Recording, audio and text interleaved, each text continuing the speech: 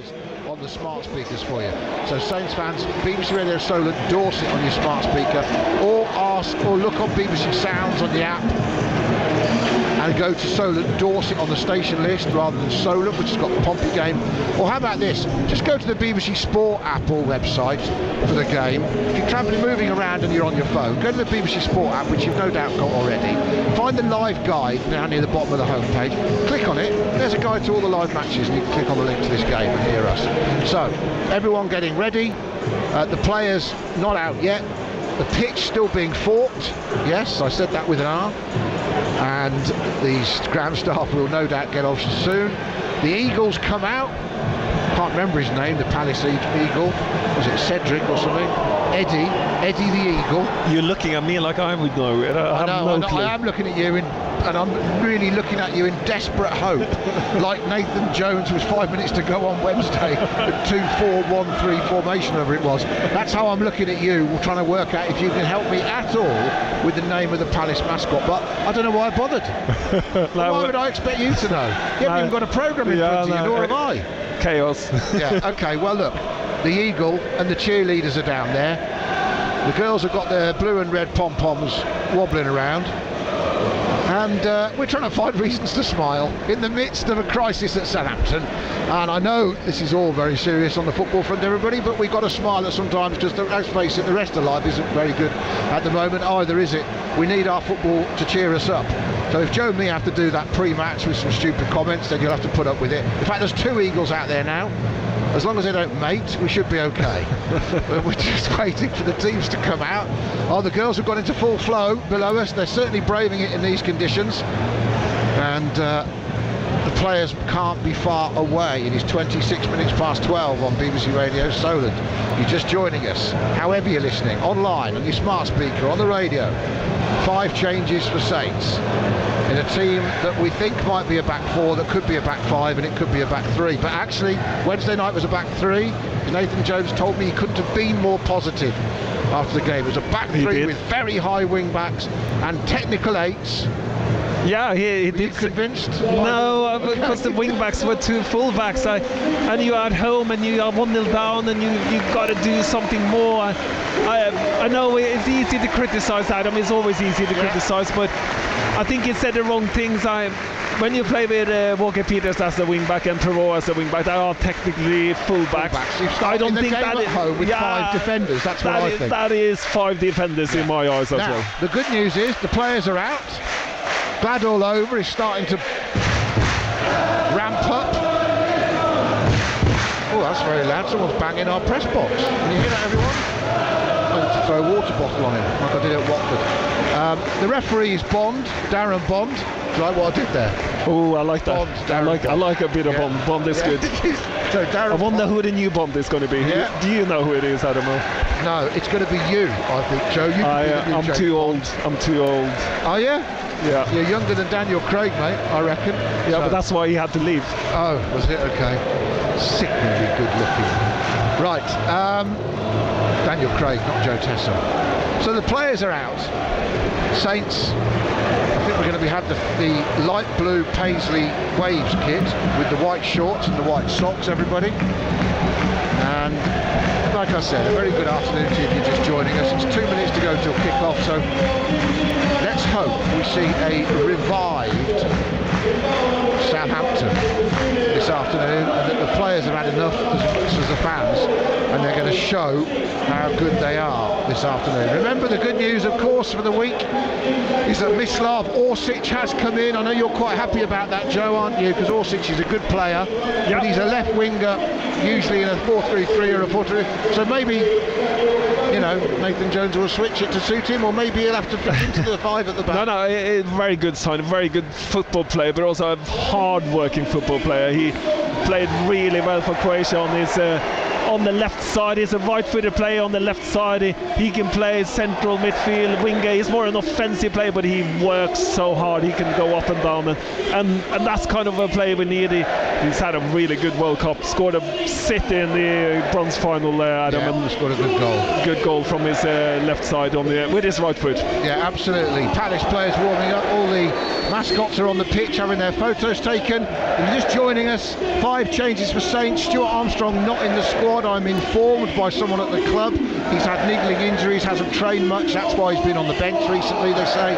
And he gets this afternoon to rest properly. We mentioned Mislav Orsic. He has no visa yet to play in the game.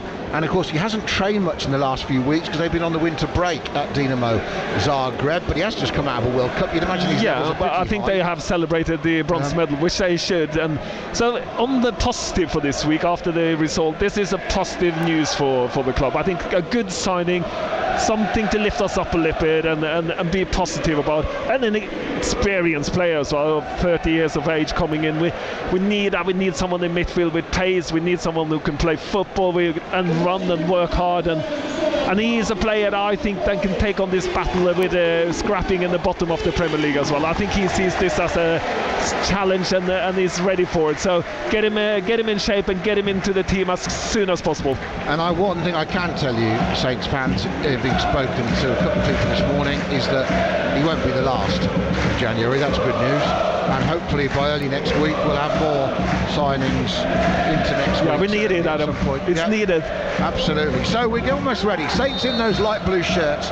We are getting underway at Selhurst Park in the FA Cup third round of 2023. Saints playing from left to right as we look down. Their fans on this away end, if you know the away end at Selhurst Park, everyone, opposite me and Joe, away to our left. We're about 3/4 of the way down the pitch with 3 pillars to stop us seeing the pitch properly, but we're used to that here. And Lianco plays the ball back all the way to Gavin Bazunu. I thought Willie Caballero might get a run out today, Joe, just to see if he get him out of his rust, seeing as Alex McCarthy's injured. Yeah, and we can. Bazunu gets an injury, but he hasn't. The formation is a 4-3-3 with Joe Rebo playing in front of Nathan Miles, I think. So it's Lianco playing as a right back. Yeah, and Perrault as a left back, and Dozy and Shea Adams up front, and Dozy on the right, and Adam Armstrong on the left. Yeah, Dozy right, Armstrong left. It's a 3 up front for sure. It's what the others are doing as Anderson clears for Palace. Up in the air, it goes off Joel Ward, who by the way is playing at right back. It's Klein who's switched over, the former Saint. Here comes an early cross for Shea Adams, for Dozy even. And Nathan Klein bumped him off it. Klein, a great signing at the time, of course, for Saints from Palace all those years ago when they got Klein and Font and did really well for the club till it all went a bit wrong. Then he went off to Liverpool, of course, and ended up at Bournemouth. Didn't work out for him after a year or so at Liverpool, and he finds himself back at his home club of Crystal Palace, having had a good long career. Now pressure on Guaita to clear as he's given a bit of a hospital pass from Joachim Andersen, and in the end he chested it and then volleyed it out, but Saints have a throw. Seen them start strong in a few games recently, but the first 5-10 minutes missed a great chance after 7 minutes against Forest, Joe. Trying to do the same again, start fast. The problem is they've not been able to sustain. Yeah, and you can see that with a lot of Premier League teams. They start not so quick, but they build it up as they go along, and you can see some teams, if they start too well in the beginning, they seem to drop off a little bit. So Saints have certainly dropped off a few games, Joe, that's for sure. Yeah, and that's been kind of the melody for Saints, but they had a good play down the Perrault crossed it, and it was a good cross, and Dozy is a bit alone in the middle. Yeah, now I think it's 4-2-3-1, everyone, just to confirm for you. Pretty sure Maitland-Niles and Ward-Prowse are playing next to each other with a Rebo ahead. They are. So it's a 4-2-3-1. Lianco at right back, Chaleta Sarr, Salisu and Perrault in front of Bazunu. Ward-Prowse and Maitland-Niles sitting behind a Dozy on the right, Armstrong on the left, Adam Armstrong and Joe Rebo behind Shea Adams, which is where I wanted to see him actually. So let's see if he can be effective. As the ball goes up towards Shea Adams, gets a physical challenge on Mark Gay, headed forward by Chet Doucouré, and the Malian gets to Will Hughes, making his first start with his shot blonde hair, of course. Back to Bazunu it goes from Lianco. He had to get that right on the volley first time to clear it. Hughes heads it back towards the Saints penalty area. Odds on Edouard will try and clear, but Salisu's got too much pace. Not try and clear, try and get there. And Salisu will clear it. Goes out for a Saints throw. And if anyone gets confused, I call this a 4-3-3, Adam. That's my view of it. I know, I'm just letting people understand the shape of that 4-3-3. Yeah, and I agree. I just, if people get confused, because I would probably say 4-3-3. Yeah, 4-2-3-1 is either 4-3-3 or if it's a 4-3-3 anyway, if it's a triangle. But I'm not sure Edozie and Armstrong are playing right as a top three. I think they're a bit deeper than that. But it doesn't matter, everyone. The fact is you've got the team, and it's how they play. And how they play from those positions. Ball out of play for a Saints throw in their own half, lumped forward by Palace in front of the Saints fans in the drizzly, windy, horrible, wet conditions of South London. It's not a game for the faint-hearted. Saints will need to show a little bit of courage and certainly some character this afternoon here. 0-0, 4th minute, BBC Radio Solent in the FA Cup as Zaha got the ball off Ward-Prowse, gets it back off Hughes, 20 yards out into the penalty area, left of centre. Good block by Lianco to stop his shot, and then cleared away by Edozie. He's really having to work back deep there, Sam. Yeah, Edozie. but even though if you're a winger, you've got to come back on the opposite side when the ball is on the right side or left side and comes across to the right side. You've got to come down and help your fullback. Yeah, absolutely, and he did. And the ball back with Palace from the throw that went out on this near side. So Palace playing from right to left as we look down from this rickety stand. Danish international Joachim Andersen. He's another sort of player Saints should have gone for, Joe. Signings, playing at Fulham, not going well. He's a good player. There's a lot of good experienced defenders when we've looked at it this season, everyone. Like Tarkowski going to Everton, Ben Mee going to Brentford, Joachim Andersen. I like Bella Kotchap. Of course, I already like Salisa. They have great potential. Saints have bought Chaleta Sarr. I don't mind him. But if they want more centre-backs, let's talk of Michael Keane from Everton. The point is they're changing the policy. All 60s 30, the other side of 25. To repair the holes, but there has been some good players who've gone to other clubs. Yeah, I agree. The Saints' original policy of wanting younger players that go up in value ruled themselves out of when they shouldn't have done. The experience you can you can never get it before you get it. You have to play to get it, and normally you have to be a little bit older when to get experience. I find that policy.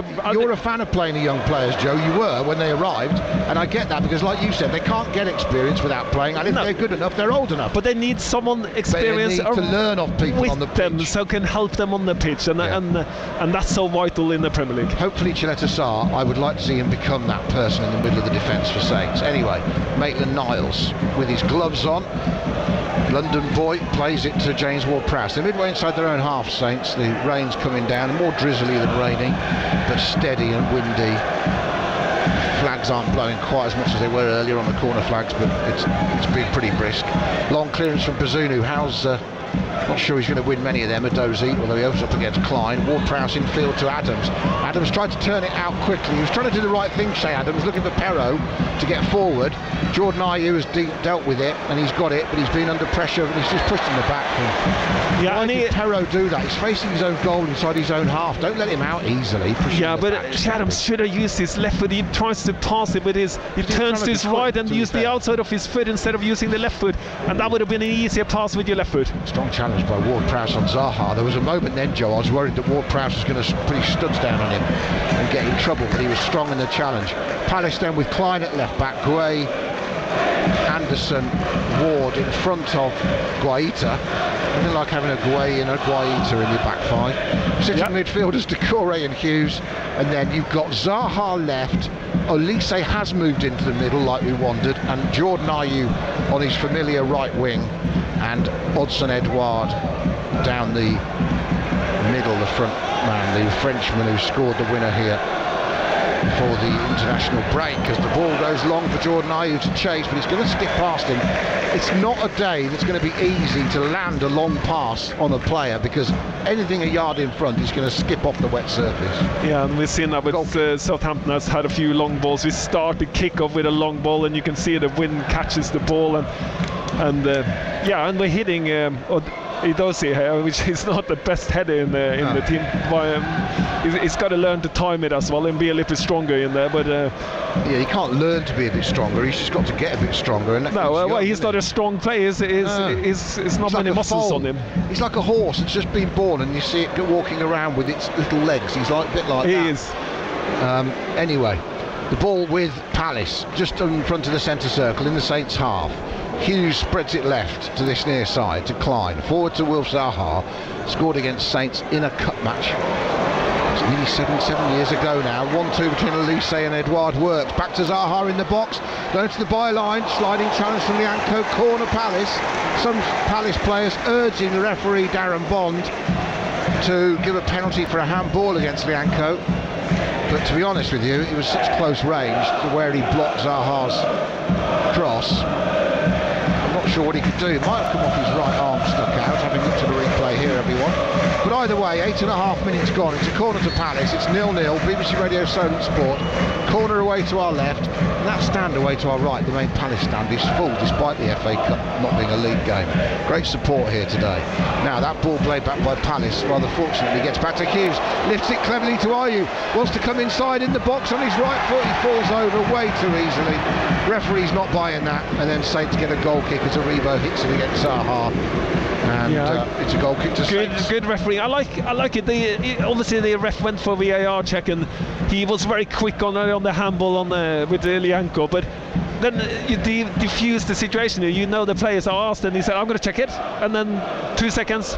No, it's not a penalty. It should be like on VAR. Yeah, that's how quick it should be. That's a good way of using it. Yeah, Ayew fell down very easily then. Long ball over the top, looking for Adam Armstrong. It's not a bad one. It's just gone through to Guaita as he was closing in on the ball.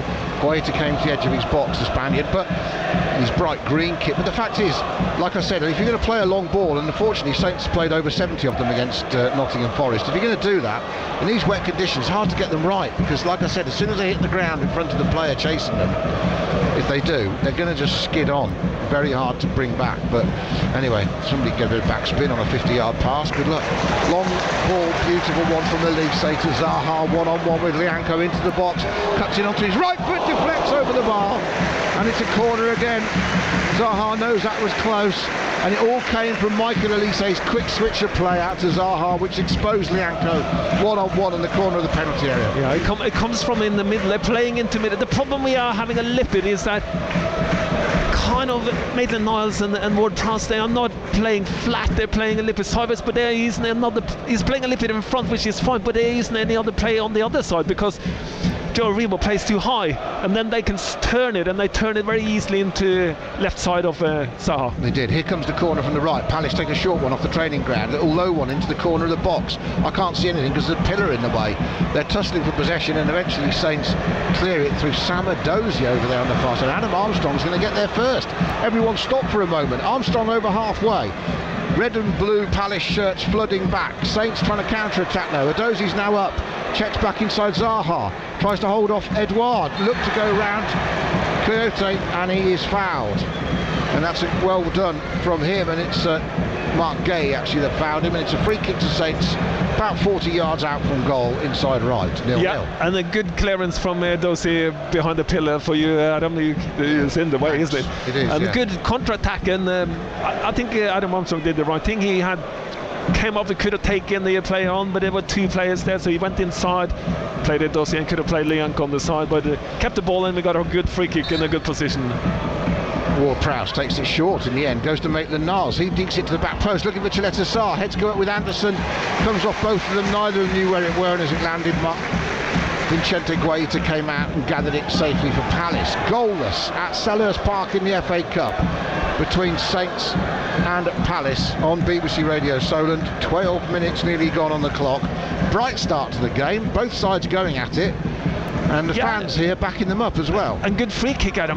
But we got to put people in the boat. There were only 3 people going in with Chileta Sarr, who almost won it. But good kind of free, because what they did, they played it to Maitland-Niles, got a little bit of movement, and then played it into Chileta Sarr, who had no one to head it to. So got to put everyone in the box. Everyone needs to run in. Yeah, needs to gamble. It's a cut match. Why not? Joachim Anderson even goes long, looking for Edouard. But again, very hard to for him, A, to win that up against a couple of defenders, and B, to control it. Skims off his head, goes through to Gavin Bazunu.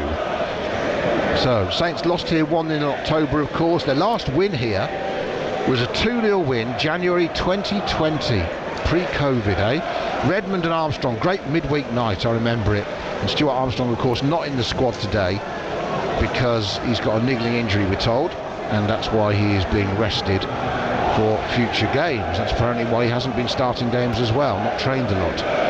Palace clear. It's a bit up and under at the moment from both teams, and Salisu sends it back into the Palace half. Sliding forward from Anderson, rather lucky, but he found Zaha, and Edouard's through, and Edouard will score, and he gets it past the challenge from Cheleta Sarr and past Bazunu. He may well have deflected off Cheleta Sarr and done Bazunu off the Croatian, but either way, Palace opened Saints up down the middle way too easily, and it was the one stretched pass that I'm not even sure was intentional, went straight to Edouard, and he scores, having scored here in October against Saints, against them for the second time this season. And now in the FA Cup we have the same scoreline: Palace 1, Saints 0. It's about reaction time, isn't it, Adam? When it goes back, it's just kind of a clearance, get picked up by Wilfried Zaha, who plays a very good ball. Eduardo, the ball from Wilfried Zaha is no doubt what he is thinking, and Eduardo is clinical, but it starts with a clear, and you've got to win those second balls. That's why we have 3 people in midfield, so we can win that. It goes straight in, and it's a bit of a coincidence, but that's football. But you've got to be ready for everything that goes on, and then the reaction time afterwards, way too slow, Adam, way too slow. That looked way too easy with Edouard. He just walked through. Zaha did well, didn't he? Because he got it and transitioned it into Edouard very quickly. Yeah, it was a stretched clearance from inside their own half from Palace, maybe from Joel Ward, that just rather luckily went to Zaha, but they transitioned so quickly. Saints weren't ready. Yeah, and Zaha reacted to it. That's the difference. Yeah. But what happens afterwards is no coincidence. Zaha knew exactly what to do, what touchdown, and when to play the ball, and it's a fantastic ball to Edouard, and Cheleta Sarr can't do anything with that, but way too easy. Well, Saints are behind again, I'm afraid, everybody, and they've last 13 games they've played, certainly in the Premier League, they haven't scored more than 1 goal. They need 2 again now, and that's maybe a foul on Elise. Frustration from James Ward-Prowse on the halfway line. Can Saints respond? Free kick to Palace, who have the lead, same goal scorer, same venue as 3 months ago. Last 2 cup ties Palace have won, of course, both at St Mary's, 2015 and 16, successive seasons they drew each other. Zaha scored and Joel Ward scored in the win in 2016, both playing for Palace still, 7 years on. Yeah, we talked about it in the car with younger players, how important it is to have a football instinct, and that's what Zaha proved to us here, how quickly he reacted and read the situation. Armstrong's done well from Ward-Prowse's pass to quickly get out to Perot, drifts in field, 35 yards out to his captain. Ward-Prowse has 4 FA Cup goals in his Saints career, one of them against Palace. Now, here comes Edozie down the right, and Nathan Klein just uses his strength and his arm and his shoulder to just shove him behind, and it's a goal kick to Palace, and he just makes him go around the edge of him by shouldering him, and just showed his experience. Yeah, but this is what I think Edozie should do, even though he's not successful. If he keeps doing this, he's going to get better at it. If you every time you get a ball you turn and go backwards, you're never going to be a good football player. So it is the right thing. Yeah, Klein was fantastic in defending, both quick and strong, and that's you can see the inexperience of Edozie. But he needs to do it. He needs to do it and be positive. And I like him attacking him on his left foot, because of course he's a right back normally, Klein. He's stronger tackling facing outwards towards the right hand side of the pitch, so get him on his weak side when he's playing as a left back, which is on the outside on this side, and see how you get on. But we will see. Joel Ward has it now, over halfway, exchanges passes with Ayew, back it goes infield on halfway for Palace, and Check Decore, who cost them £18 million, by the way, in the summer from Lens, seems like a good player, and he spreads it out to this left-hand side. Klein is ahead, skips away from Edozie, into Zaha, nice intricate football from Palace, playing with the dander up now, and goes back and looking for a cheap free kick for a foul by Shea Adams. Darren Bond, the referee, says carry on. Again, Jordan Ayew, he goes down easier than most footballers I've seen. And this time he did get kicked off, to be fair to him. He did get kicked. Fell like he dropped, like he was poleaxed. And the ball back, Palace switching it cleverly now. Now Zaha's come inside Lianco, looking for a 1-2, gets it, didn't shoot first time. Lianco recovered well. Palace got it back, and then it's hacked clear by Cheleta Sarr, who's doing his best in there. And it's out for a throw into Palace. And it's about 10 yards inside the Saints half beneath us. Interesting for you, Joe, to watch the Saints players' body language after going a goal down. We've had less than 20 minutes still in the game, 18 minutes approaching. Palace lead, and they're playing some slick football now.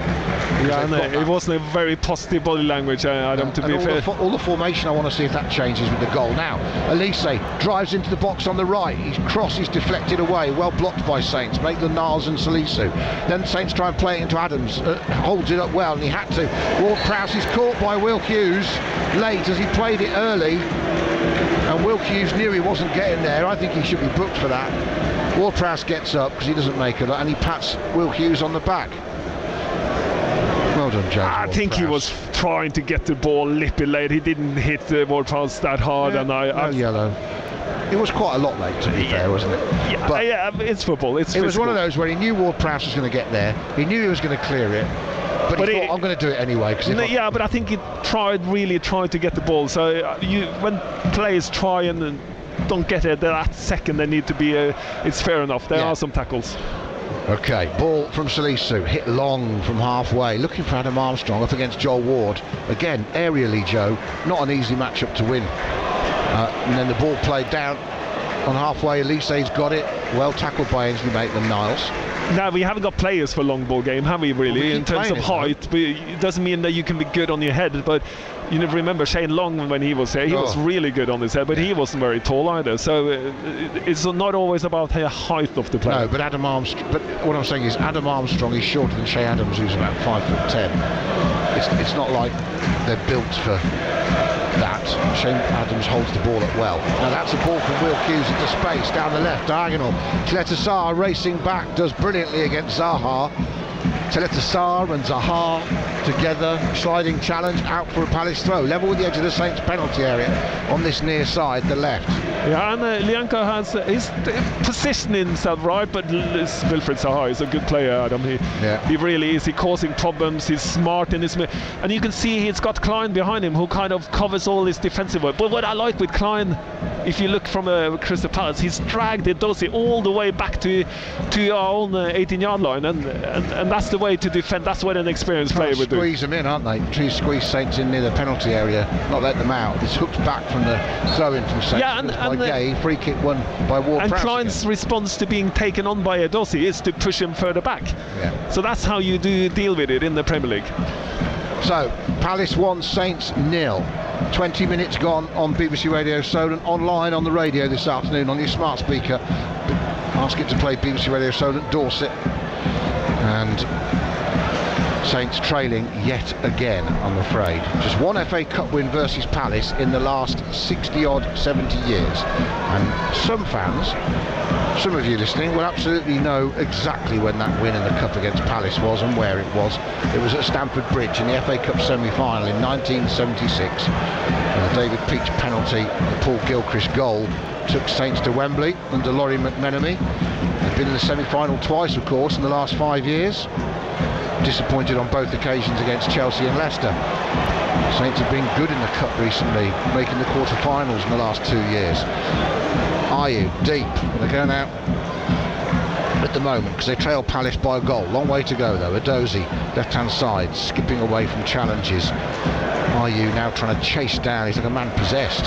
Chases down the clearance from Salisu. Ghanaian hits it against Ghanaian, and it's out for a Saints throw. Yeah, and Adam Armstrong and Edozie has changed kind of wings. Edozie's gone down the left side now, and Adam Armstrong is on the right side. Palace's last home win, guess what, was against Southampton, October the 29th. And since the restart of football, they've been hammered by Spurs 4-0 and lost 3-0 to Fulham with 9 men. But their record overall in the Premier League is an even one at home. 9 games, 4 wins, 4 defeats, 1 draw. 22 points, 12th in the Premier League. They can attack the FA Cup, Palace, with 22 points already from their 17 games. Lost 7, won 6, drawn 4, just for the record. Saints, of course, have won 3 of 18. Palace have got a game in hand on them. Now, Elise is on the left-hand side, operating with Zaha, 30 yards out, lovely back heel. The Frenchman now can pick a cross out, and it's hit the crossbar, and it should have been 2, and Jordan Ayew was sliding in 6 yards out behind Odson Edouard as the cross from Elise came in, and Ayew squirted it off his sliding boot, up onto the bar and away. That's a huge let-off for Saints. Yeah, and they're not finished, Adam. They're still going. Everyone urging Chiarte to shoot, and he doesn't, and Saints now will break. And check Decore, sorry, that was Chiarte.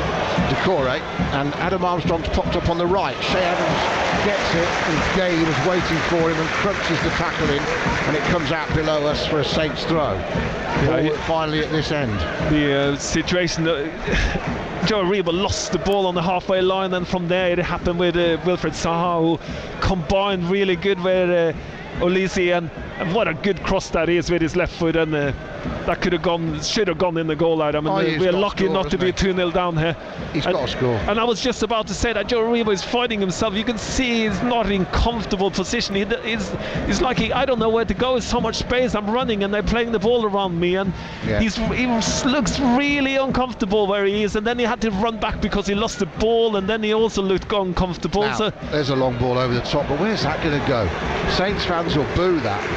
That's Lianco sending a 50-yard pass up to Vicente Guaita in the Palace goal. I mean, that had no chance.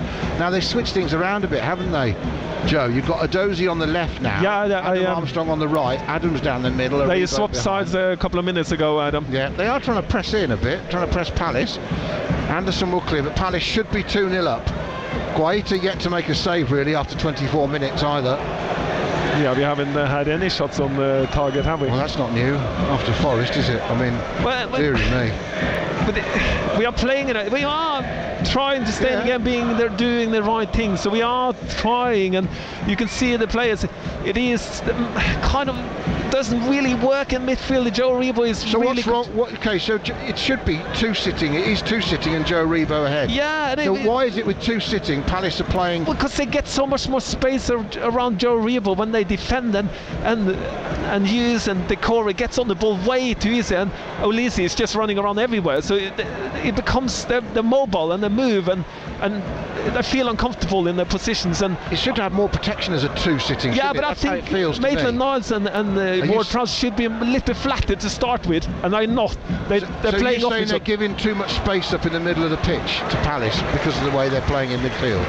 Yeah, they're giving too much space because Maitland-Niles and Ward-Prowse, when they are playing, they are more drifting more to the right, so that leaves more space on the left side. But Joe Aribo is so high, so when he now he's gone down deep to get the ball. But you're saying when Palace have too much space, high, they've got too many areas to play in. Yeah, that's too easy to play into the space, while we seem to not find any space. Right. Palace in a 4-2-3-1, remember. Free kick for Saints. Good work again. They're battling hard. There's no doubt about it. The players are trying, everybody. They're trailing by a goal, but we've had what? We're a quarter of the way through, past a quarter point of the game. Saints haven't had a shot on target yet. They've had nearly 50% of the possession, but Palace 4 shots already, which is good, which is positive. Against the Premier League team, you've got to have a possession rate high, otherwise you're never going to win football games. Well, they wouldn't all agree with you, Joe. Some teams win matches without a lot of the ball. I know Brentford do. But yeah. Now here comes out from the left-hand side Ward-Prowse's free kick, headed away by Decore, but they haven't cleared it. They've got to try another go and clear it, and they have done this time. That's a clever ball from Mark Gay. Zaha was cheating and he stayed up on the halfway line, and he looks for a long crossfield ball to Elise. I'm not sure he'll keep it in. He's chasing it. He suddenly realised it might go out and he's sprinting. He was only going half pace and he does keep it in. Gives it to Jordan Ayew. Tackles himself really, Ayew. I mean, that was bizarre. And then Saints can clear because he's lost control of the ball by playing it from one foot to the other and deflecting it off his own feet. And now he's got it again, Jordan Ayew. Down that right-hand side, they win a throw near the corner flag in front of those Saints fans on the far side, way to my left. And Joel Ward will take the throw in. He does send it all the way back down the touchline towards halfway, where Elise picks it up. Anderson and Gay back in their own half now have it. Klein has to come back. Hughes collects under pressure from Maitland-Niles. Saints trying to press.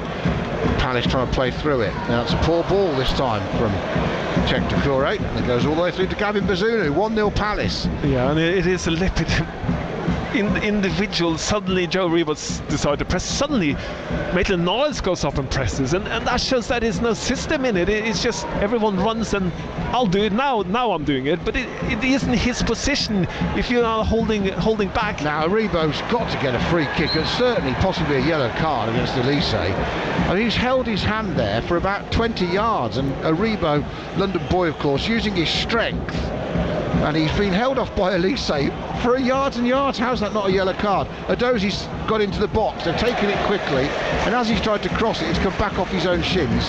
Yeah, and look, for a goal kick. He creates a good one-on-one and gets the space he needs to cross it. He crosses it, but not a good cross, and unfortunately hits him on the way out. So when things aren't going your way, Joe. But I like what Ward-Prowse did, and this is what they need to do to get the pace up. He picks the ball up for the free kick, puts it on and plays it to someone who's free and ready to get it. Ball from Palace is poor from the back, goes all the way through to Bazunu again, and then Palace will use that ball in the Saints half as an excuse to push their back four up towards the halfway line. Adozi, little back heel was clever, but Ayew tracked back well to help his fullback Ward and collected the back heel, and now Palace come attacking again, and Aribo uses great strength to push Decore off it legally. Just shouldered him. Aribo starting to get himself about. That was the first good driving run we've seen from him a couple of minutes ago when he got the free kick, and now he's got himself physical in on the D without the ball as well. Good to see. And Salisu has it. Saints with possession inside their own half, approaching halfway. Salisu gives it to Adams. First time ball back to Maitland-Niles. Then what's the policy? The policy is to chip it out to Lianco, who's got it right back position. Zaha coming back to tackle him. Does so. Throw in Saints, but they made good ground. They got a throw almost level with the edge of the Palace penalty area on this near side. Lianco takes it quickly. And good by Lianco, drives Wilfried Zaha backwards. Yeah. He doesn't want to go backwards. No, absolutely. No, Saints have switched it well out to the left-hand side. Adozi, support from his captain. Just into Maitland-Niles. Can't go anywhere. The Palace defenders are walking in a horizontal line forward away from their box. Now they might have to do some defending again. Aribo's got it, and he's got space to turn and run into the penalty area. Tried to play it into Adam Armstrong. Tackled, and Palace can absolutely break. And that was a crucial interception from Chaleta Sarr, but that's gone back to Elise, and Chaleta Sarr does it again and saves Saints for a second time, because suddenly it could have been 3-on-2 on the counter-attack there. Oh, that ball would have set Wilfried Zaha 1-on-1. There's a good counter-attack off to Eduardo, and then bang, he just plays a bad ball. He should have played it past Chaleta Sarr, and that could have been a 1-on-1 for Wilfried Zaha. Good defending then, good defending. Good defending from him, last gasp defending, and boy did Saints need it, because that would have looked embarrassing. It was 3-on-2 and Zaha would have strolled towards the goal, I think, and I fear. Luckily he didn't, it's still 1-0. Lianco crosses from the right, cleared away by Anderson. Maitland-Niles collects it. Saints just pushing Palace back a bit here, playing a bit higher up, Joe, which I like to see. Ward-Prowse to Aribo round the corner, played it back. Yeah, we are, Adam, you're right, but we struggled to get. We're in the middle third of the pitch, but we never get anywhere further. I need more people to run in behind, and we need to be able to run behind, because it creates space, and that's what we're not doing. I don't want the long ball, but making people run in behind creates space for the people in the middle third, and we're not. It's too tight, and it's too easy for Crystal Palace to defend against us. Well, and what they're good at, which we are not good at, when they press us, they seem to get us down one side and keep us there. They're a bit more, I suppose they've had their manager longer, haven't they? He's got a bit more experience as a player as well, hasn't he? That's for sure. Than most players, Patrick Vieira.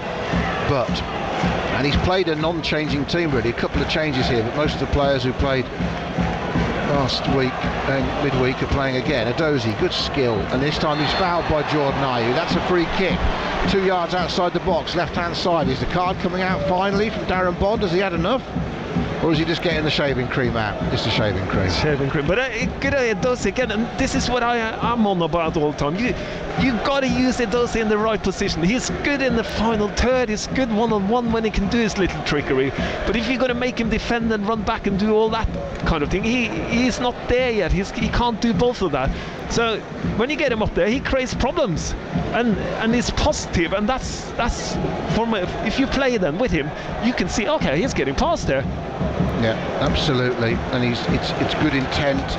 He's forcing defenders into making decisions. He's getting for winning free kicks, and that's what he's got. And this one is a great position, about a yard or two outside the box on the left, near the corner of the penalty area, so he can whip it into danger area, and in the end he shoots James Ward-Prowse. Guaita double punches it in front of his chest. Wasn't a difficult one for the keeper. He might have caught that actually if he'd let it just go into his chest, but he decided not to. He decided to be flamboyant with it, but Saints had a throw on the far side. I would like to have seen him really put that into the mixer, actually put it right across the 6-yard box, and have defenders running backwards towards it, making their life a nightmare. But took the shot on, and now a lovely dummy, puts Perot away on the left. Clearance from Gay. He's very fortunate because it's really gone over his foot, and he's just deflected it away from Adams, who picks it up on this right hand side. Yeah, and back which let us are. Ward-Prowse now. Saints are getting better, by the way. Oh, and then why did I say that then? He's played it straight to Zaha, and now Elise can see Ayew, and they're going to try and break, and Palace on the counter-attack. Ayew against Salisu showed him too much of the ball. Easy for Mohamed Salisu. We'll be enjoying that all-Ghanaian battle. And Ward-Prowse gets back to help his defence. Good defending defending by Salisu. Yeah. And what Crystal Palace do when they get the ball, they play forward quickly. And then we had an example there.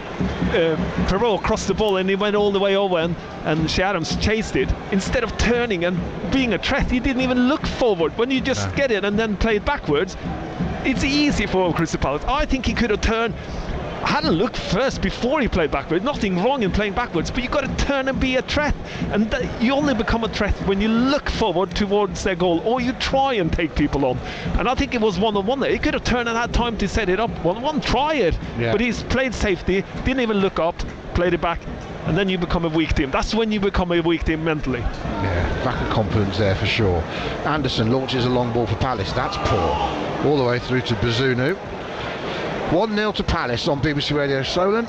Saints, I'm afraid, trailing again, and yet to have a shot in the game. But I think in the last 5 or 10 minutes they've looked better. In fact, they've had a couple of shots now, Saints. One on target as well, which was that free kick from Ward-Prowse. Yeah, I was just going to say, Ward-Prowse hit the target. That's it. We should almost have a party, everybody. Woohoo! Shot on target. Yeah, sorry, I didn't come closer to you. It was just because the pole was in the way, Adam. I hope I didn't scare you. You're fine.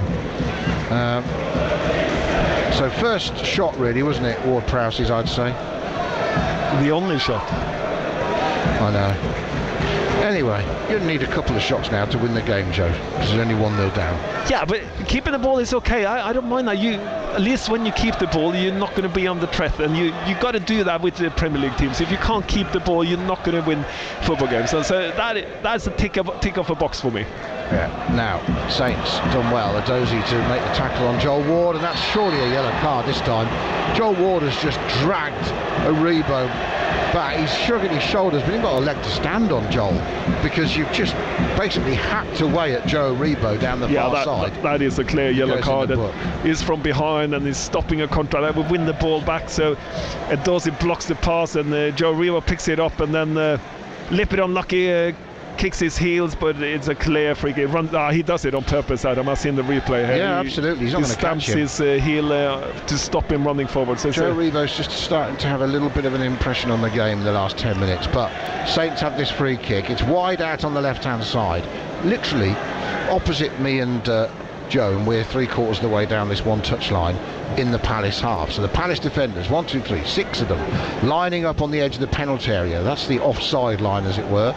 Ward-Prowse is away on the far side, looking up. They're going to have to get this right, Saints. There's a couple of players, 3 players standing offside, ready to come back. The others make their run forward. It comes in, it goes past everyone, and it's gone in. And James Ward-Prowse has scored the most unlikely of direct free kicks he's ever scored. Shot number 2. Past everybody. It's bounced in the penalty area.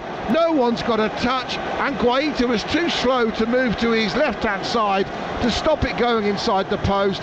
Ward-Prowse has his 4th of the season, his 5th FA Cup goal for Southampton, and that will go down as another direct free kick for James Ward-Prowse, and he closes in on David Beckham's record, maybe. It is Palace 1, Saints 1.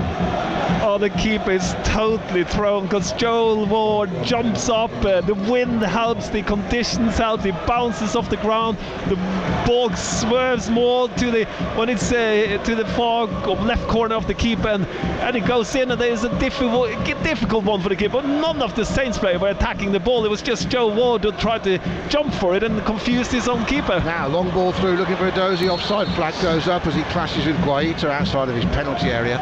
So it is 1-1, and that's cheered everybody up. So he's had 15 direct free kicks in the Premier League, James Ward-Prowse. That's now 1 in the FA Cup. He's scored 3 goals in his last 3 games since the return, since Christmas, which is good. Yeah, 3 and 4, I should say. Good. Good.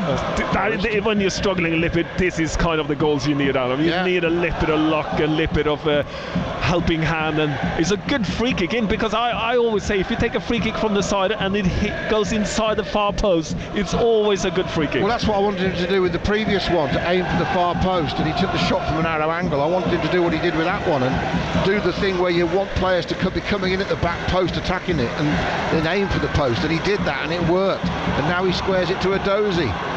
The Dozy out on his left is Perro.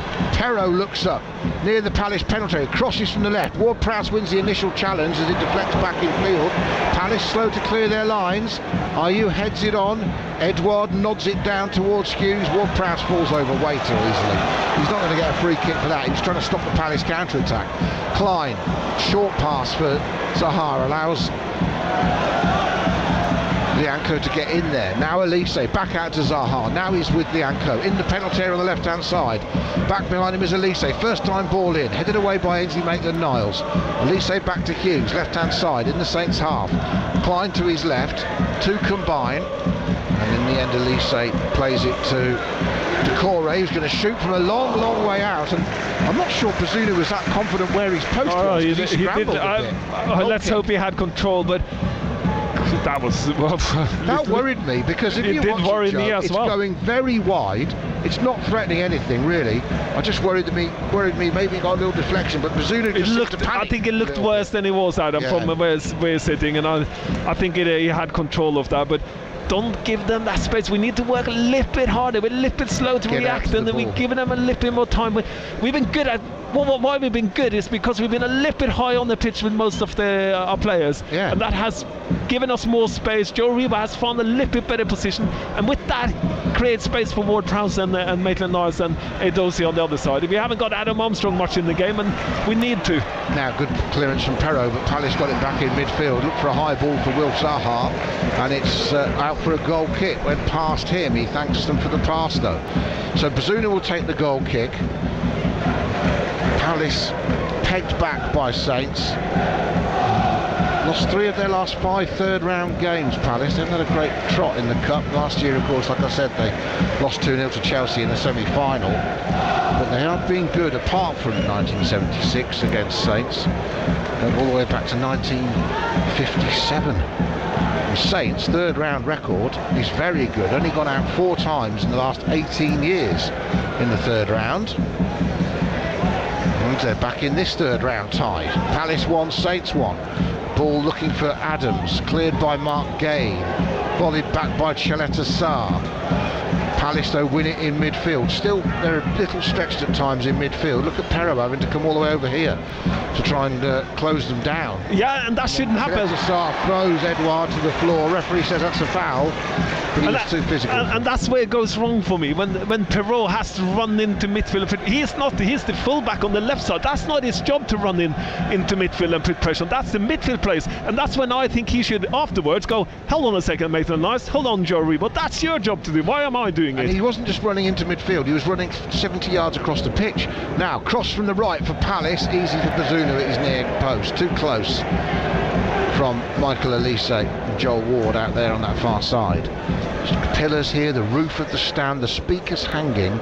Basically, my view here, everybody, is impaired quite a lot, especially to the end Gavin Bazunu is defending. And I only ever got pillow on the stand in front, but I've got the biggest pillar in front of me, right in front of me. So I've got 2 pillars on that penalty area, having to wave my head from left to right to see where the ball is. Thankfully, it's right in front of me on the far side in the Palace half, but Saints played the ball out for a Palace throw, and it's 1-1, and that's at least we've had a goal, Joe. This is an improvement on Wednesday already. We've had a shot on target, we've had a shot positive and a goal. Yeah, get a goal. I don't care how easy it was or lucky it was. It was just a good free kick. We need a lift as well. Yeah. 43rd minute, long ball from Palace. They're still persisting with that, and this time they've got Ayew in down the right. He crosses, and in the end Lianco, tucked in from right back, has to clear it around the volley. Now if you're Wilf the area, you're probably thinking Zaha could have gambled then and got in. He should have gambled, and Salisi should have been a little bit stronger with Ayew there. He had control of the situation, but kind of ended up letting Ayew cross it. 2 minutes to go till half time, and Saints giving away a free kick. Michael Elise tapped down on the far side, so Saints have some defending to do. Got to keep level at the half-time interval. Yeah. Go in for a change. Go into the dressing room with a platform. But yeah, with not negativity. That's the main thing. When you walk off the pitch and you boot off the pitch after bad performance, you bring the negativity with you. It's hard to turn. Now you can go in and be a little bit positive because you haven't lost the half. 100% free kick out on the right for Palace, though. They've got to defend this. We're 90 seconds from stoppage time at the end of the first half. 1-1 in South London. It's all Premier League FA Cup third round clash on BBC Radio Solent. And here comes the free kick from Elise, headed up in the air by Joe Rebo, and behind for a Palace corner. Good defending by the Nigerian international. Yeah, and we have good defending, and it has to be. Now, like you said, it's the 44th minute, Adam, and we have struggled on set pieces. Fulham, we let in 2, so we need to be tighter. Now it's taken short this time and quickly. Zaha's popped up over there, gets it onto his left foot, drifting across the edge of the box, looking for a 1-2, poked away by Maitland-Niles. Then Decore goes out to Elise, gets it onto his left foot, whips it in from the right. It deflects off a Saints head, I think, and just balloons past the post for another corner. Ainsley Maitland-Niles close to scoring an own goal. In the end, I suppose you could say it's good defending. Yeah, I would say it's a good ball in. It's an in-swinger with his left foot from Elise, and it has to be dealt with, and it's he's lucky. He put it a little bit closer to the goal they should have done. Now they're taking it short from the right this time, and once more they've had a shot, but this time Zaha has got it all wrong. No deflection, he's just punted it into the stand behind that goal of Gadman Bazunus, and we're about to enter stoppage time with the score at 1-1, and a few Saints substitutes walking back towards the tunnel. Here comes the 4th official, and we've only got the 1 minute, which is a blessing, Joe. Yeah, it hasn't been much to stop before, so no, fair play. It's not the World Cup 14 minutes like we used to have, but so 1 minute makes sense. At the Sing stand, everybody, we could have another game at St Mary's. 1-1 here, the FA Cup third round. Ball sent forward by Hughes. Salisu, down he goes, injured after that challenge from Edouard. He wants the referee to stop the game. Joel Ward clears, and Edouard's got up. There's actually the Saints player down now. I thought Edouard went down to start with, and then the Saints player's gone down afterwards. It's all a bit bizarre. And I think it's Salisu. He's complaining to the referee. He's not happy. Not happy with Edouard. We get another look here at home. I'm not sure there's a problem there. I don't like it when a player lays down and pretend to be very injured and then suddenly stands up and... the referee says enough of that shenanigans, Mohammed. We're having half time instead. That's so half time here, Joe. Well, let me look at it. 3 shots from Saints, 2 on target. I don't remember the other one. 2 free kicks. 2 free kicks, I guess. 52% possession. Good. Better. Less long balls, or still too many for you? What do you like? What's been better? We have kept the ball. That's been better. We're not bad at keeping the ball, and we kind of roll it around. Crystal Palace is sitting back. And Dorsey has had a few positive things on the left side when he is high enough on the pitch. That's been positive, because you need to take people on individually, and that's the 2 positive for me in one way. And Ward-Prowse free kick that well, they have, everybody, something to build on. That is for sure. Thanks to Joe Tessam, he can rest. Are we going for coffees, Joe, or staying up here? What do you think? Coffees or here? That's up to you. You're the boss. Cold, isn't it? Coffee. Right, okay, everybody. We're going to hand you back to Jordan Clark for half-time. Second half commentary to come. But let me just tell you, Gillingham holding Leicester and Pompey holding Spurs at half-time. It is 0-0. It is also all square here at half-time in South London. Palace taking the lead in the 13th minute through Edouard from Zaha's pass past Bazunu, but Saints have come back courtesy of a rather fortuitous James Ward-Prowse free kick rather than a genius one, but they all count and it's given some hope and a goal. Half-time, Palace 1, Saints 1. This is BBC Radio Solent Sport.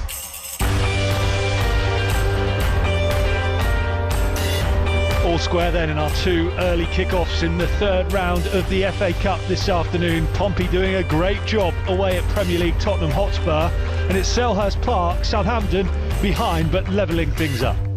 Sliding forward for Anderson, rather lucky, but he found Zaha and Edouard's through, and Edouard will score, and he gets it past the challenge from Cheleta and past Bazunu.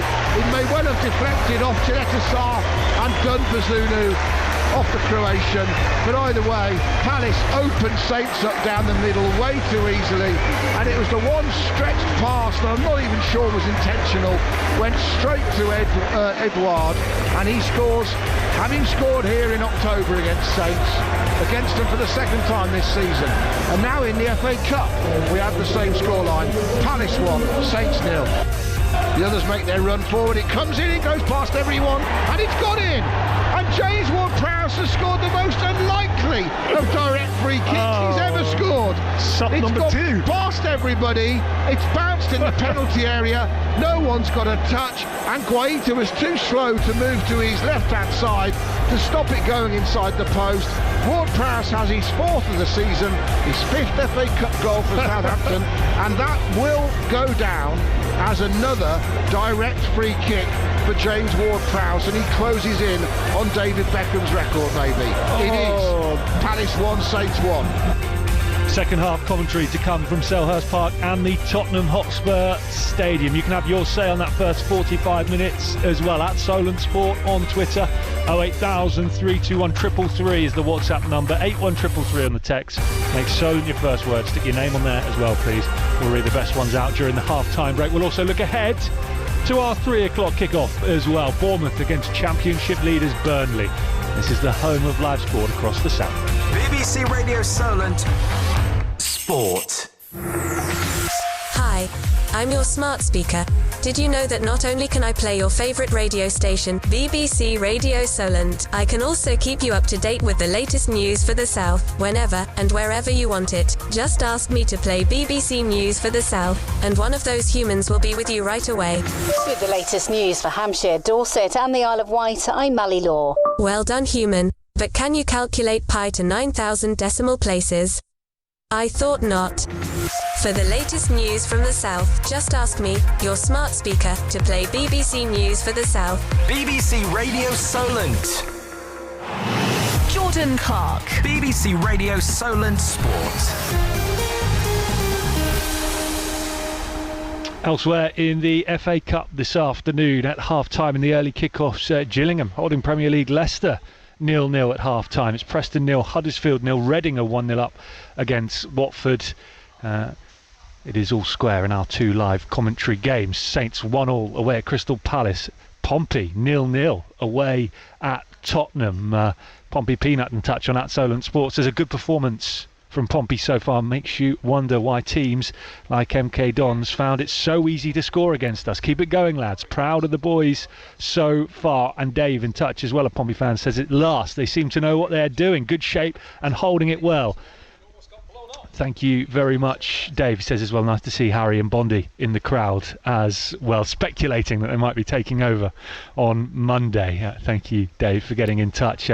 Hello as well to Fred, the Saints fan in Ventnor, says Saints as a whole are having a bad spell and negativity rubs off. Losing becomes a habit. He says, but let's not send up the balloon yet. We are less than halfway through the season. The tide will turn and a winning run will come. Fred, thank you for your positivity on this grey and gloomy Saturday afternoon. Glenn in Gosport, a Pompey fan, says, great to get a goal, but we haven't scored a goal from open play for 5 matches.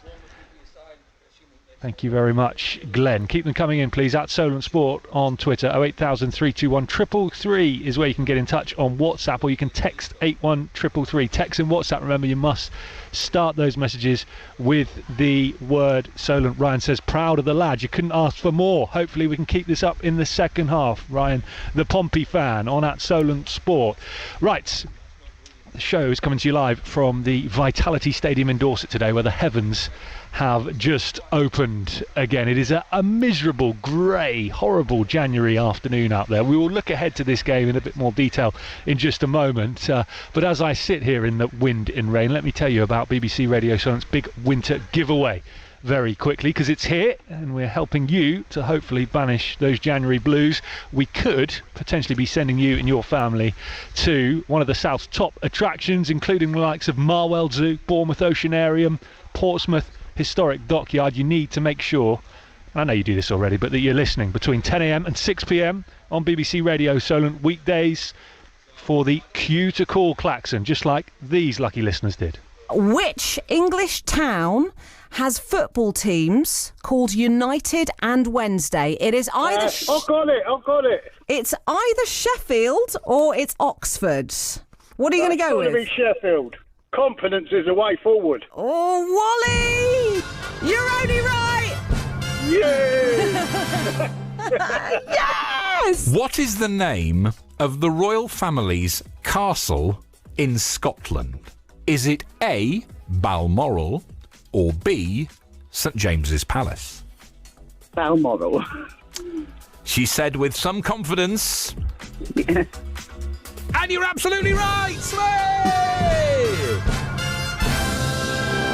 I could hear the relief in your voice when you realised you knew that answer, Len. So, well, I was worried it was going to be something about fish. Could be you next. Where will we be sending you potentially? BBC Radio Solent's big winter giveaway. It returns on Monday from 10 a.m. BBC Radio Solent Sport just gone 25 past 1. It's half time in our 2 early kickoffs in the Premier League, in the FA Cup today. 3rd round. Pompey doing a great job. 0-0 away at Tottenham Hotspur, and Saints back from a goal down to level things up through their captain. Another direct free kick. James Ward-Prowse to give them 1-1 at half-time away at Crystal Palace. On the way for you from 3 o'clock today, we're with Bournemouth at home to Championship leaders Burnley. Really tough, tricky tie. And the Cherries have made big changes for the 3rd round of the FA Cup in recent years, but Gary O'Neill says that won't be happening today.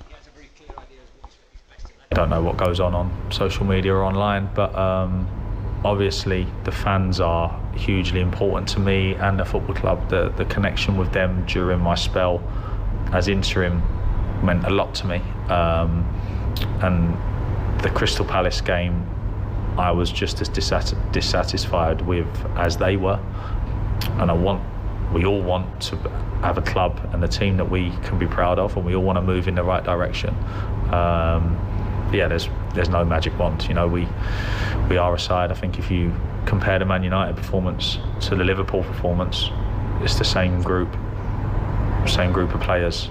The difference is huge. So I think you just need to from where I am, keep a check on the facts, make sure that the group is still working, still improving, and we'll put as many results on the board as we can. That was, in fact, Gary O'Neill, the Bournemouth boss, talking about his relationship with the Bournemouth supporters. There's been a fair bit of unrest, certainly on social media of late. Unhappy with the results, with the manner of the performances as well. That's something we'll talk to Chris Temple and John Williams about later on this afternoon. We'll start our build-up to the Cherries game properly once the full-time whistles have gone at Selhurst Park and the Tottenham Hotspur Stadium. We can now hear that clip from Gary O'Neill talking about his squad and his players today and how many changes he might make. I think there are always decisions to make in every game. FA Cup game is a game we want to win, firstly. There may be an opportunity for some. I've got a couple of late calls to make on people, so definitely won't be making wholesale changes, but we've got a couple of late calls to make on a couple, so we'll see how they are. And the rest of your squad, the wider squad, Have you got players at the moment playing for their future at the club? We know that the new owner wants to bring in some fresh blood. Is that the situation maybe for some of the more fringe players? I think certainly refer back to my own playing career, I was always playing for my future, regardless of where you are and what the situation is. You're judged every weekend at, used to be 3 o'clock, now it's all over the place, but yeah, you're judged every weekend at kick-off. So that will never change. So no wholesale changes for the Cherries today at home to Burnley. We'll bring you the team news into the second half of our commentaries involving Portsmouth and Southampton when it breaks at 2 o'clock. The Bournemouth squad have not long walked across the pitch here at the Vitality Stadium. Some of those fringe players, Gary O'Neill just talking about Jamal Lowe, Emiliano Marcondes, Siriki Dembele, although he has featured a little bit recently, hasn't he, in some of the Premier League games. All part of the squad walking across the pitch just a few moments ago. One player also in amongst them, Joe Rothwell, who is hoping to get an opportunity today. I spoke to him, the Bournemouth midfielder, former Blackburn Rovers player, ahead of the match today. Frustrating, obviously, coming in, getting through pre-season and picking up the injury when I did right at the back end of it. Obviously set me back 3 or 4 months, and then come back in, and obviously we had the break, so it was another stop in the season for myself, but obviously back now and feeling good again, so hopefully now it can be a smooth transition for the end of the season. What was the injury? I had a tear in my quad, so it was a bit innocuous really, didn't really think anything of it. Did it during the game, carried on, and just woke up the next day and it was still just felt tight really. Obviously I had it scanned and came back worse than third. Something you've had a problem with in the past or completely new? No, something new. I've been quite lucky throughout my career. I've never really picked up too many long-term injuries, so it was a bit of a, like I say, kick in the teeth, especially coming to a new club. You want to obviously impress and do as much as you can, and obviously, like I say, that set me back quite a bit, but ready to go, feeling good, so hopefully now it can be a smooth transition for the end of the season. And you of course have had managerial change as well, so what's that like for yourself as well? Obviously you got an injury, you got a new manager coming in, not the manager that signed you. I guess you almost got to go again and impress. Exactly, yeah. No, as I say, the manager that originally brought me in obviously left, and it was a case of starting again really for myself, and obviously having to impress the new manager that come in. Obviously the gaffer was already here when I came in, so he would have known what I was about a little bit, but as you say, it was a matter of getting back fit and knuckling down and showing him what I can do.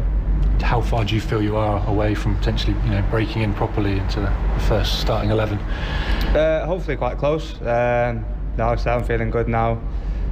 Feel like I'm training well, doing everything I can to try and obviously impress the manager, and like I say, hopefully that if that start does come soon, I can do enough in the game to obviously try and cement my place in the team.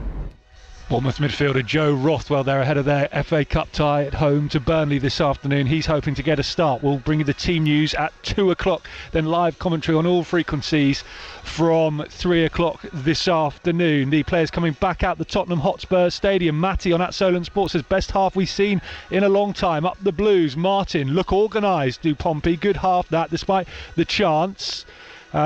Would replace Hackett at half time, and Tom Gross says better final ball on the break would make it interesting. Spurs should be down to 10 men. Tom, thank you very much. Let's get you back to the Tottenham Hotspur Stadium then. 0-0 between Tottenham and Portsmouth. Remember, you can hear the game on digital radio across Hampshire and the Isle of Wight. Freeview 722 on your smart speaker if you ask it to play BBC Radio Solent, and if you search for BBC Radio Solent on BBC Sounds and then hit play, listen live, you will get your commentary team for the second half. Former Portsmouth striker and manager Guy Whittingham is alongside Andy Moon.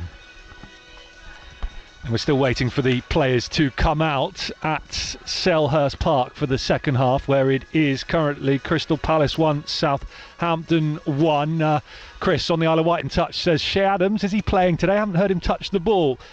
Let's get a striker in quick. And Lynn, I think you're a Saints fan, just in touch to say keep up the good work. You're pretty impressed with that first half, and apologies to Glenn in Gosport as well. You are, of course, Glenn, a Saints fan. That was my mistake. Right, we can get you back to Selhurst Park now. 1-1, Crystal Palace, Southampton. You can hear the game on 96.1 FM, 103.8 FM, digital radio in Dorset, Freeview 726. If you ask your smart speaker to play BBC Radio Solent Dorset, and if you search for BBC Radio Solent Dorset on BBC Sound, your commentary team for the second half, the former Saints midfielder Joe Tessam is alongside Adam Blackmore.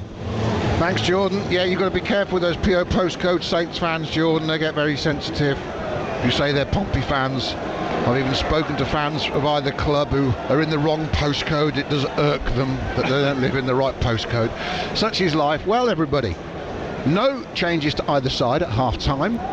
Saints continue with that back four that's worked hard in the first half to try and reduce the amount of opportunities Palace have had. Bazunu in goal, Perro, Salisu, Chaleta-Sarr and Lianco right back, remember. Then still Maitland-Niles and Ward-Prowse sitting behind Aribo. Dozy left, Adam Armstrong right, and Adams down the middle. I know someone just said Adams has been quite innocuous. He hasn't really, he just hasn't had a lot to go at.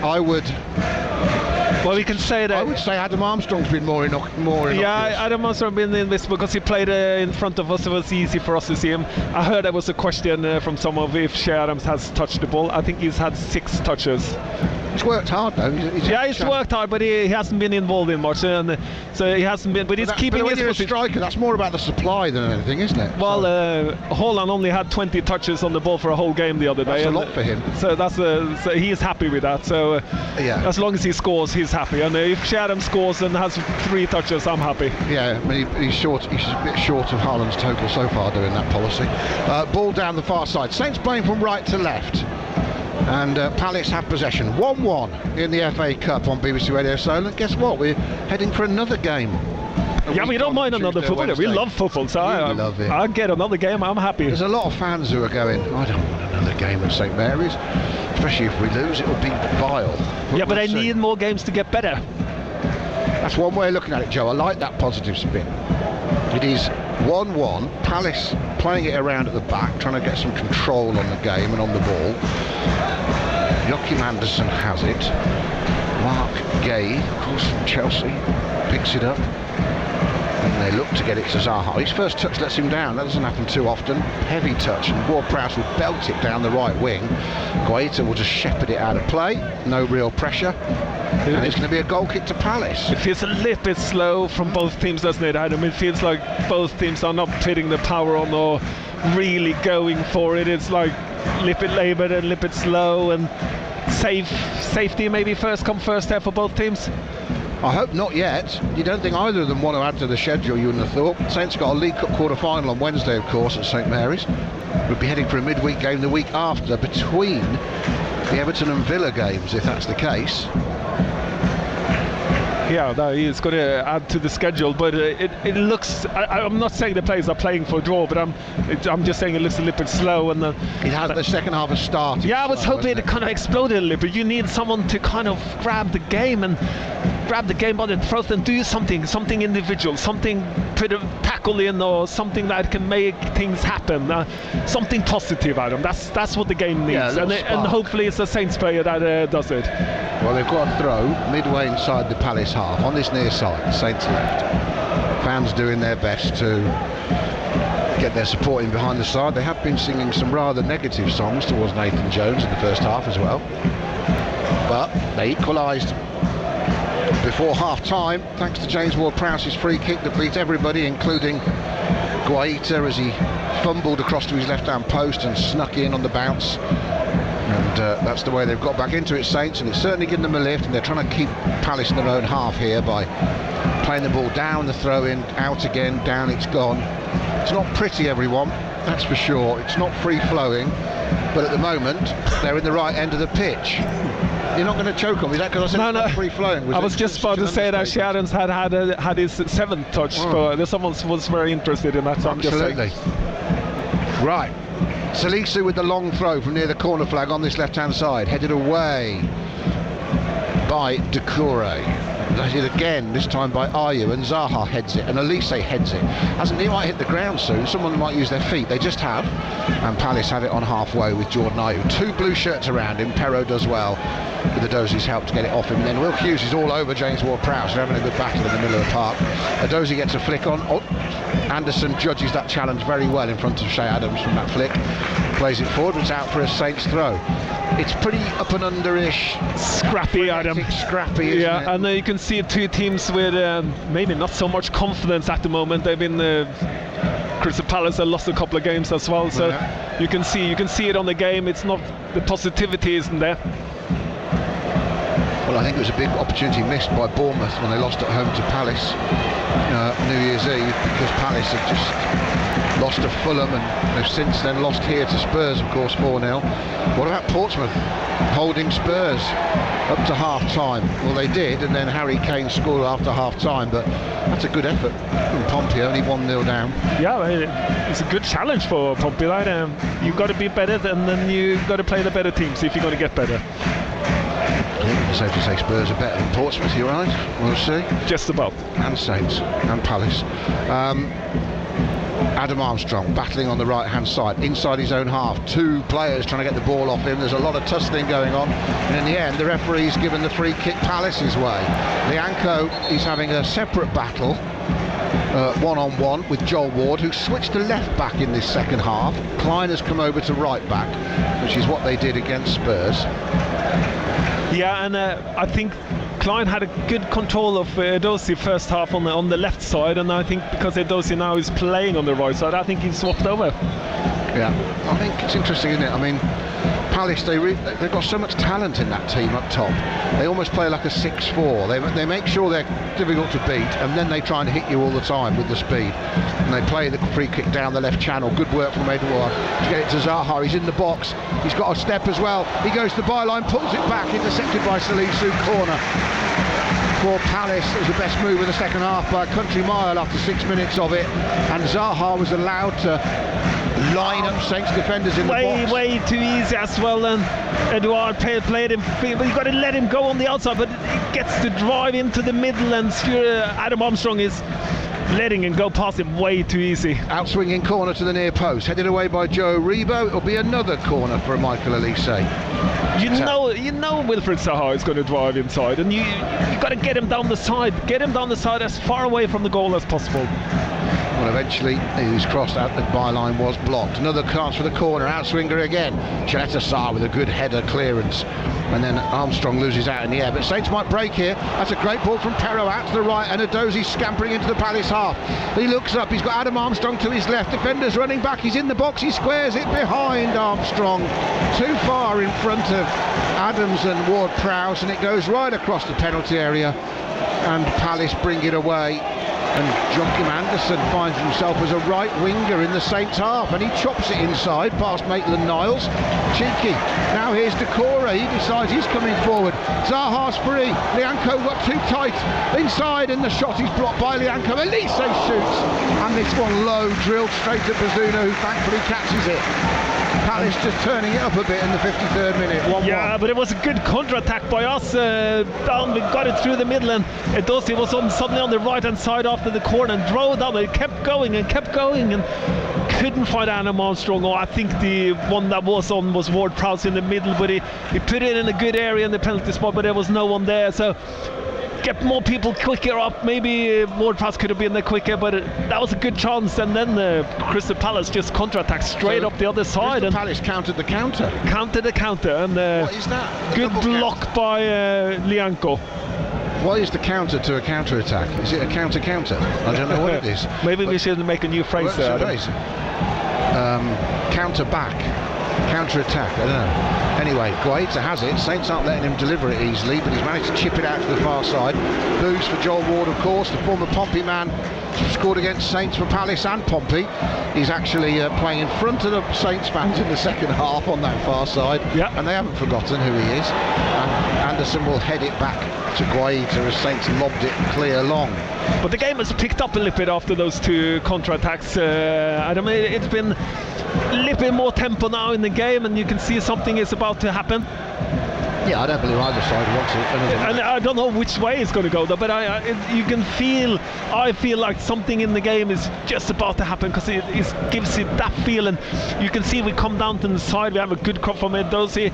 Wilfred Zaha has been down the side a couple of times now, so something is about to happen. I really feel so, Adam. It's picked up. Let's see what happens then. Will Hughes plays it out to Zaha from the free kick, sends it back to the former Derby man, who looks forward, plays a little clever ball to Elise. Lovely first time lay off to Ward. Here's Zaha again, lining up Lianco in the penalty area, plays it early inside, but under hitting, looking for Elise, blocked by Maitland-Niles, but his clearance isn't great. Joel Ward will get it off James Ward-Prowse. So Elise now is into Zaha again in the box. Another early ball from him. Back it goes to Decore. No one can shoot. Klein will have a go, and that's why he's a right back. That's absolutely horrible from Nathan Klein. He's hit that 30 yards above the bar into the Palace fans to our right. Maitland-Niles can't give the ball away that easy as he did. He picked it up brilliantly for a defending point of view. Could have played a simple pass to Ward-Prowse's feet, plays it too far. Joel Ward picks it up and keep the attack going down the left-hand side with Zaha and Olise, and Klein has a very bad shot. Yeah, back with Guaita. Saints do get the ball from back to front very early under Nathan Jones. Joe, I'm trying to say it politely, but there's not really a lot of build-up, is there? You know, there's nothing subtle about the way they want to get the ball. No, when the counter-attack is on, like it was with Edozie earlier, when we play quickly forward and he draws, that's good. That's what you want to see, because then Crystal Palace is out of balance, and that's when you're going to punish them, and they did a little bit better decision on the end product there, and we could have scored a tap-in, and that's the difference of winning football games or not. So, but that is good play. But then when we go the long ball, it seems like you don't know what's going to happen, but it doesn't look like we're going to score when we do that. 11th minute of the second half, still 1-1 though, and that's a dangerous kick, the referee says, from Mark Gay. He says he got the ball, but his foot was maybe raised. I'd say Adam Armstrong lowered his head towards his foot a little bit as well, but the referee's given the free kick to Saints. It's inside their own half. There's a bit of argy-bargy. Dozy getting involved, which is good to see. Adams being strong. Darren Bond isn't happy, the referee. Palace aggrieved about the free kick anyway. I think the referee got it wrong, because he just pretended to lift his foot. He didn't lift his foot. So, and Adam Armstrong kind of headed the ball because he got scared into him. So I can see why they are disappointed with the decision. Saints got it back, having just given it away from their own free kick. That was rather lucky. Now Edouard will close Bazunu down, who clears long, right-footed. Good win on the air from Joel Ward above Shea Adams, and Palace have it in the centre circle. Aribo bumps Ayew. Referee says play advantage. Palace only have the ball in their own half though. Anderson has to turn back towards Guaita, covered by Aribo. I like the way Aribo's put himself about a bit today, Joe. Yeah, he's found a better position now. He's not so far over to the right. I think he's more lipped to the left, and that helps the midfield as well. So he's been stronger in tackles. Yeah. Palace get a throw in. Ward-Prowse, I think, played for a free kick there as Palace played it forward, but the quality of the game isn't great, if I'm honest, everybody, as you can tell from the commentary. 58th minute, but Saints are in it, that's the main thing. And Lianco's gone surging forward, caught by Zaha. There's no love lost in the middle of the park at the moment. This one could explode slightly, but not in the right way at the moment. This game, it's on the edge as Klein plays it forward to Elise. Perrault with him, skips inside Perrault, drags him back. That'll be a yellow card. Not surprising, and that was so easy for Elise. He's such a talented player, but he didn't even drop a shoulder. He just lined Perrault up. As soon as they were stood still, he just skipped inside him. Yeah, pace and technique is everything in football, and Elise just showed that here. It's just a little bit of technique and then the pace, and then Perrault has no other choice to hold him, and it's a clear yellow card. Love the way he just jumped to the left of Perrault with both feet almost.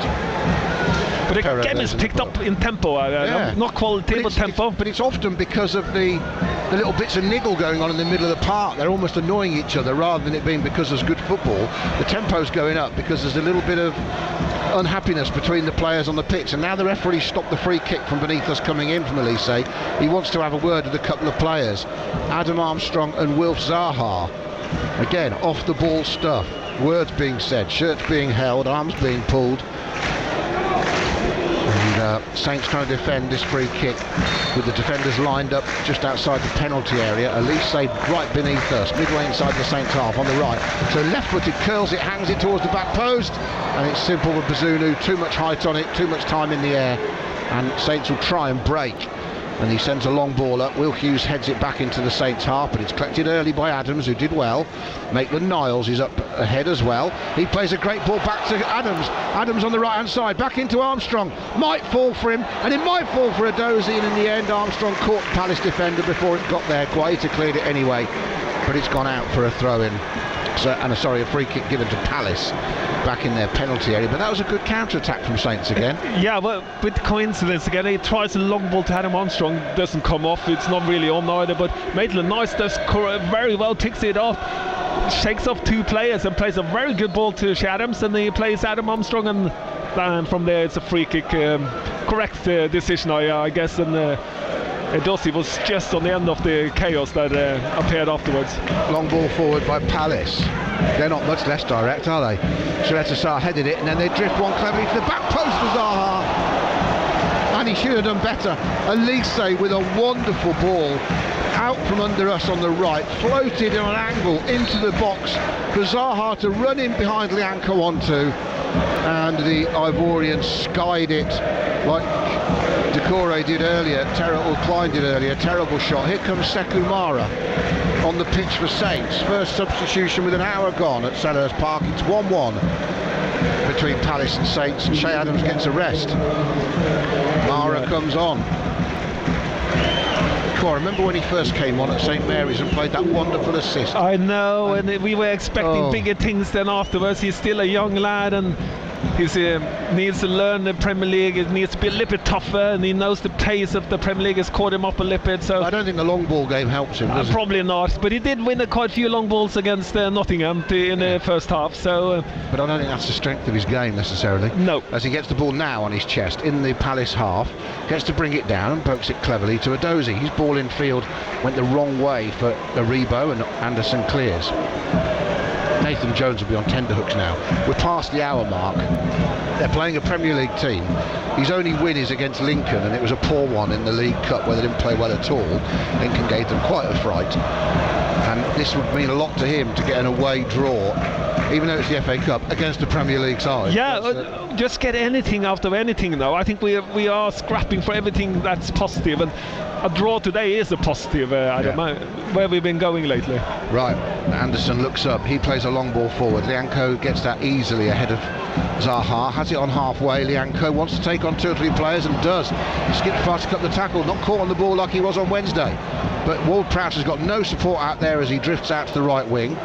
Manages to keep it, goes in field to Lianco, now Maitland-Niles. A little bit more confidence in possession, not everyone just giving the ball away like it's a grenade because they're scared about making a mistake.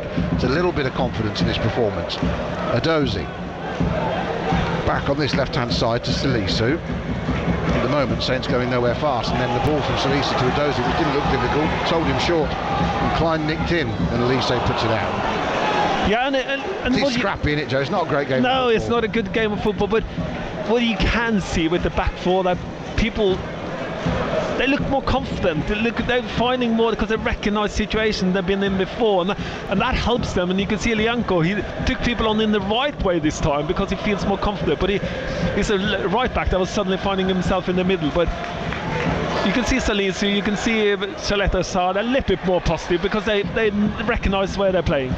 63 minutes gone. That's the voice of former Saints midfielder, forward, right back, wherever they played him, Joe Tessam, alongside me at Selhurst Park on BBC Radio Solent, the home of Southampton on the radio, the home of live sport on the radio across the south. And we're delighted to be online on your smart speakers and on the radio this afternoon. And it is Palace 1, Southampton 1. So we head towards the last quarter of this game. And Nathan Klein, Nathaniel, plays it infield, and Palace. Saints defending better in this second half, Joe, I think, against the Palace forwards in general. Their shape looks a bit better. They don't look as stretched. No, shape is much better. Well, we had a problem in the beginning is that Joe Reba was too straight in front of Che Adams, and then in the middle, and there was too much kind of room to the left side on our pitch, and that created the space for Crystal Palace to play. And so that has been adjusted. Ward-Prowse and Maitland-Niles sorted out that they are more kind of sideways, where they're playing holding together and they cover more of the pitch, and that stopped Crystal Palace from playing straight through us in the middle. And Joe Reba started winning some challenges and what he needs to do, which he needs to do in that position he's playing, and he's played better second half. Not great, but better. Well, I don't think he's been any worse than anyone else, if I'm honest. No. A couple of changes for Palace. Jean-Philippe Mateta has come up front, like for like, because it's Mateta on for Edouard and Milivojevic on for Doucouré. So thankfully for Saints, Edouard can't get a third goal against them this season, but he has got the Palace goal that's got them a share of the spoils at the moment, with Saints now taking over in the Palace half with the ball. So Milivojevic on for Doucouré as well. And here Saints have it down the left. Perrault back to Zosi, just behind him, slows the move up. Saints deep in the Palace half, working it between the two of them down the left hand side again. Adozi pulls it back into the box. Aribo plays it, looking first time to put Perrault in, and it's just ahead of the Frenchman as he falls over, stretching for the ball. Nice build up from Southampton. Nice to see them playing some intricate build up play around the box. Yeah, and being offensive and being positive, and Perrault and Adozi caused all sorts of problems down the side, and Joe Reba tries to play Perrault in, and it could have come off, and that's a good positive football play, I would put it. And it's just a little bit of accuracy, and it would be probably a chance. Yeah. So Maitland-Niles out to Adozi. Saints are growing in confidence, I think, in this game. Adozi into Aribo, left-hand side in the penalty area, tracked by Hughes. Maitland-Niles then crosses first time, back flick, and Guaita makes the save of the match by turning it away, rounded the post. Adam Armstrong got the back flick header from the Maitland-Niles ball, chipped in, and it was looping towards the back post like Ward-Prowse's free kick did. And this time Guaita was ready and matched it with his right arm over the top of his head and pushed it past the left-hand post. Great save. Great save. Shouldn't probably go in from where he flicked it on, but it kind of kept going and kept going. So good save. Yeah. Outswinging corner is the result. Ward-Prowse takes it to the near post. Mateta, the substitute, heads it away. That was the best chance for either side in the second half. Ward-Prowse again in from the right. Good header from Joel Ward to around, surrounded by 3 or 4 light blue shirts. Managed to get it away, but Adozi's gone round Ayew back, and then it's left by Chileta Sarr. Adam Armstrong miskicks a shot. It balloons in the air. No one's cleared it yet.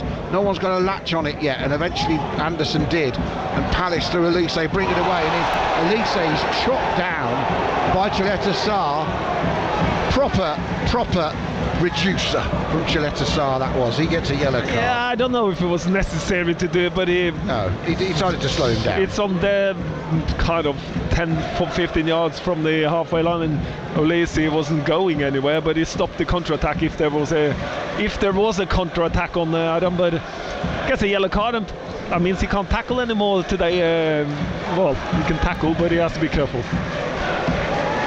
Yeah, great save from Guaita. You'll enjoy that one on Match of the Day. Yeah, and good combination play down the left-hand side. That's where it's coming from now.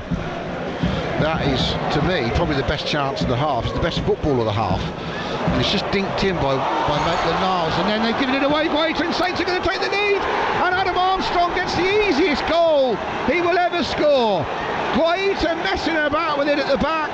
He did a bit of a diddly-dee, and he paid the price. Armstrong robbed him, Armstrong tapped it in, and Southampton have come behind to lead in the FA Cup third round at Crystal Palace. Boy, they needed a gift, and boy, have they got one. Palace 1, Saints 2. They got 2 gifts. Joachim Andersen plays a very bad ball back to the keeper, to Guaita, then has a touch and is so slow, and Adam Armstrong puts pressure on him. He reads the situation, runs and takes a chance on the pressure, which we need to see, and because he takes a chance and runs 40 yards to put pressure on, the keeper kicks it into him, and he has an easy tap in on an open goal. Good for him and good for us. Adam, we're in the lead. This 68th minute and we're in the lead, Adam. That's fantastic. I love this. Yeah, what a finish we're going to have now in the final quarter. An absolute gift from Crystal Palace goalkeeper Vincente Guaita. we're chatting, nothing's happening in the game, the pillars are in my way, but I'm thinking that's not a problem because they've rolled it back to the keeper and he's going to belt it forward. And then he messed about with it. But you see in football, if you gamble sometimes, it will come off, but you've got to do it 100%, and Adam Armstrong did it 100%, and that's why it came off. Yeah, didn't give it up, did he? The lost cause. Anderson back to Guaita. Now what's going to happen this time? Saints fans will be urging him to do the same again, but he takes a safer pass to Guaita. Sorry, to Gay, and then it's played up into the air for Mateta. Foul by him on Salisu.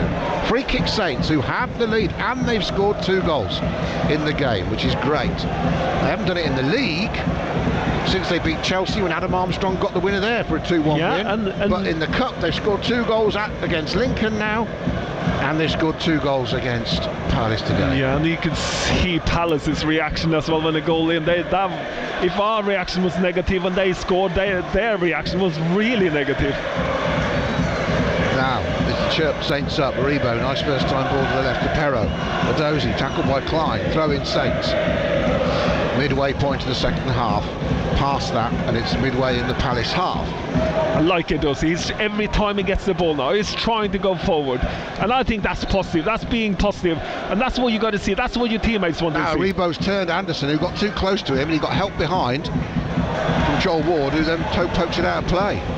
Or Milivojevic, and it's out for a Saints throw. Palace have been absolutely, undoubtedly ruffled by that goal. They have for most of this half, I think, and especially down the left-hand side. I got to say that Perot and Adozi has got a spot on here on this side, and Ayew is not liking coming back either. So, and Klein, who I thought was good first half, is now struggling. So this is positive. This is very positive.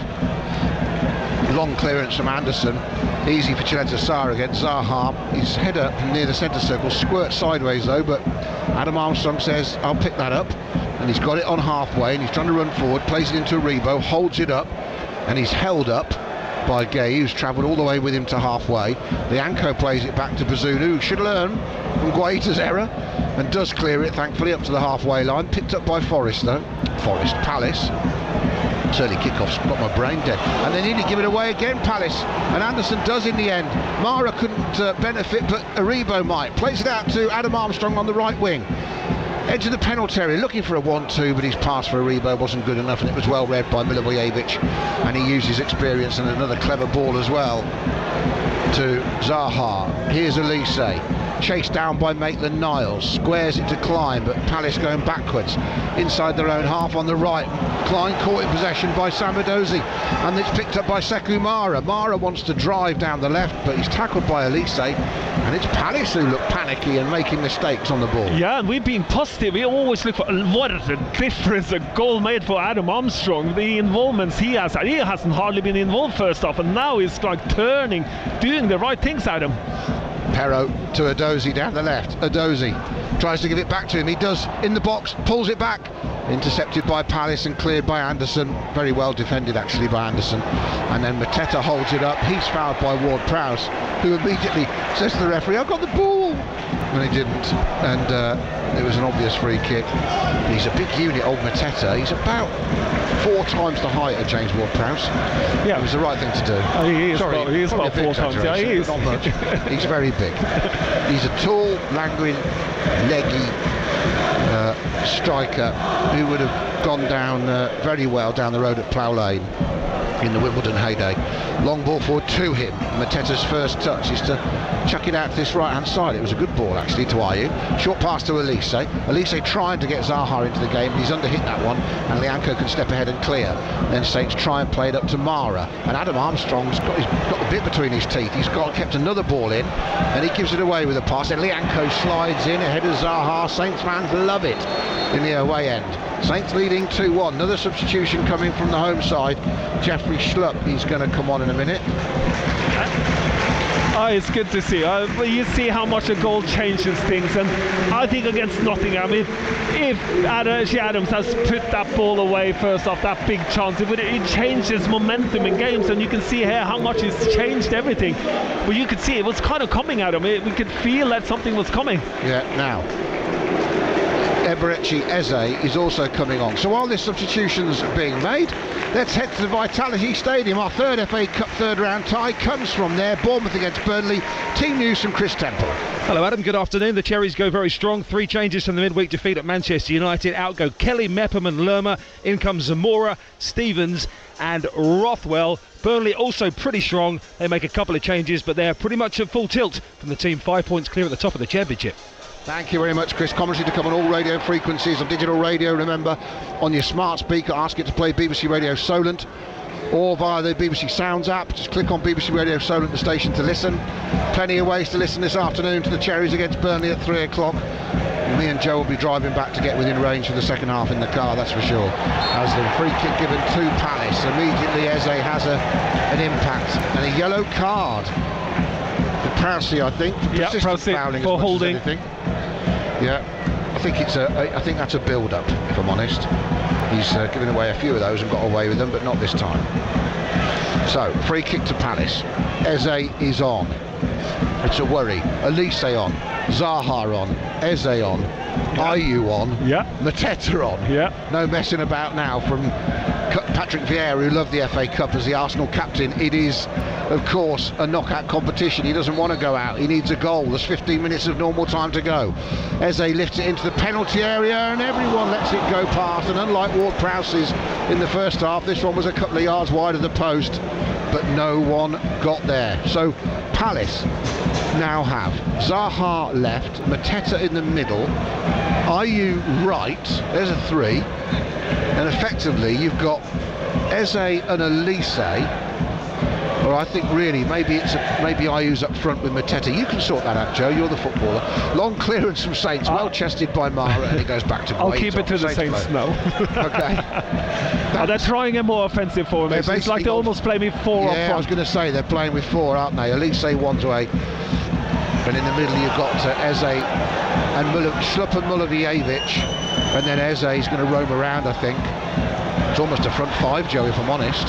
Yeah, it's almost like a 3-2-5. Exactly. It's very good. As now Zaha drives again at Lianco in the box, pulls it back across the penalty area, cleared away by Salisu. Got a crucial poke out from the penalty area on the edge of the 6-yard box, but again they get it back to Zaha, then Eze, his shot blocked at source. 14 minutes to go. We could have quite a grandstand finish here at Selhurst Park. Elise trying to line Perro up, has to turn away. Klein hangs the ball in. Mateta wins the header, coming back from an offside position. Free kick Southampton, 2-1 they lead. And we've got something to hang on to, something to hold on to. Yeah, some hope, Joe Tesson. Yeah, and we don't need to score anymore. We just need to see the game out and defend and win it that way. That's all we need to do. We can let it go to Crystal Palace, can do what they like. We just need to defend. That's our first job now. Defend, see it out. It's 14 minutes to go for full time. Just see it out. And we're doing the proper good old defending, getting everyone back and doing the right thing. This is how you defend. Just get your people behind the ball, get all the players behind the ball, and sit back and get a ball out and let the problems be to the Crystal Palace players. Well, some things are working today, and that's really good news for Saints. I'm glad.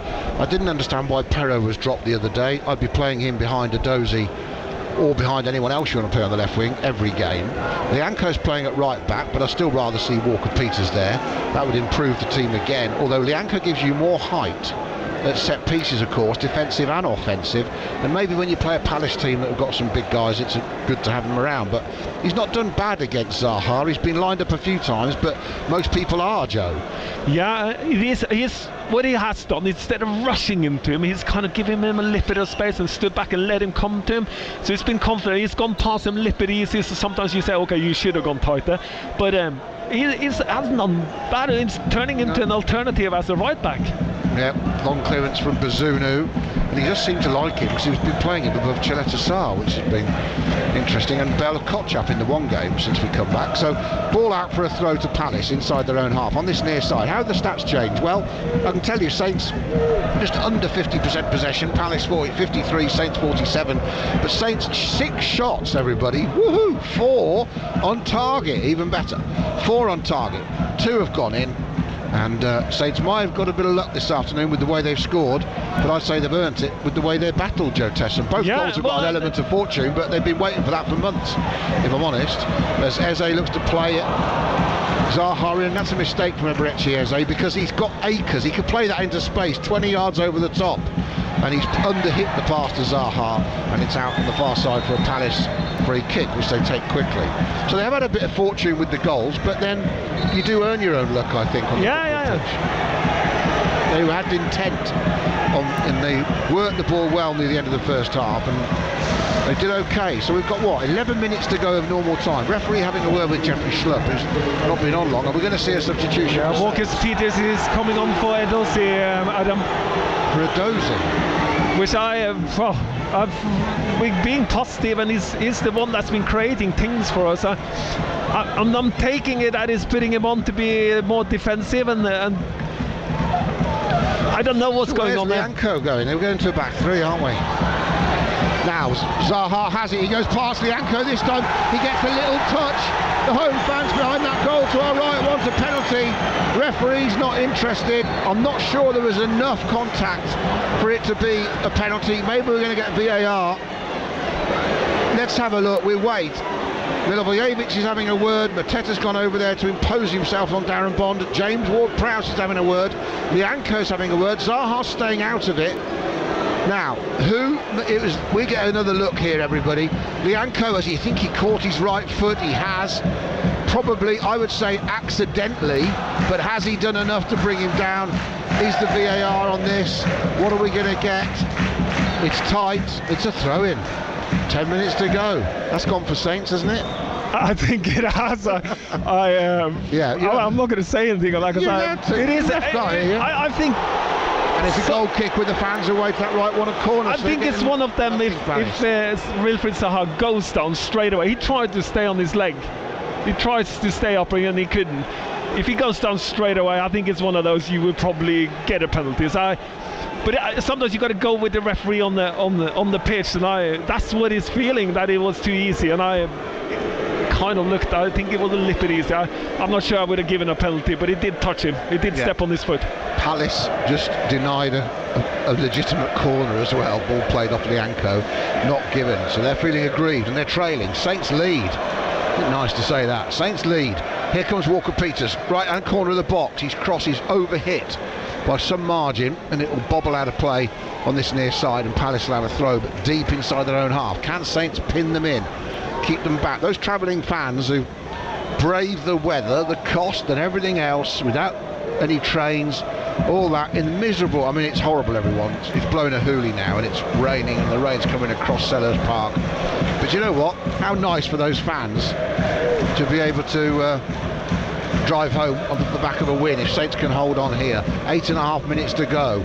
Joe Tesson of normal time. What do you think? 2-1. Yeah, well, it's not a good football game. Don't get me wrong, but we got 2 goals, and that's what counts in the cup. You and in any football game, you just need to win the football game. I'm not sure how we're playing and where Walker-Peters is gone. He's kind of stepped in front of Lianco, but what kind of job role he has, whether we're now playing with a back three or whether he's just there to be another player, that's a good question, Adam. Yeah, it's a good header from Lianco clear. Ward-Prowse helped it on, then Palace are giving it away. That's poor.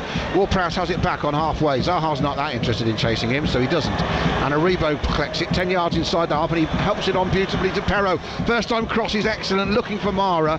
Half away by Milivojevic, who's going to get another chance, and he nods it down, and it's whacked clear by Nathaniel Klein up to halfway. Salisu heads it up, Maitland-Niles heads it on, belted forward by Schlupp.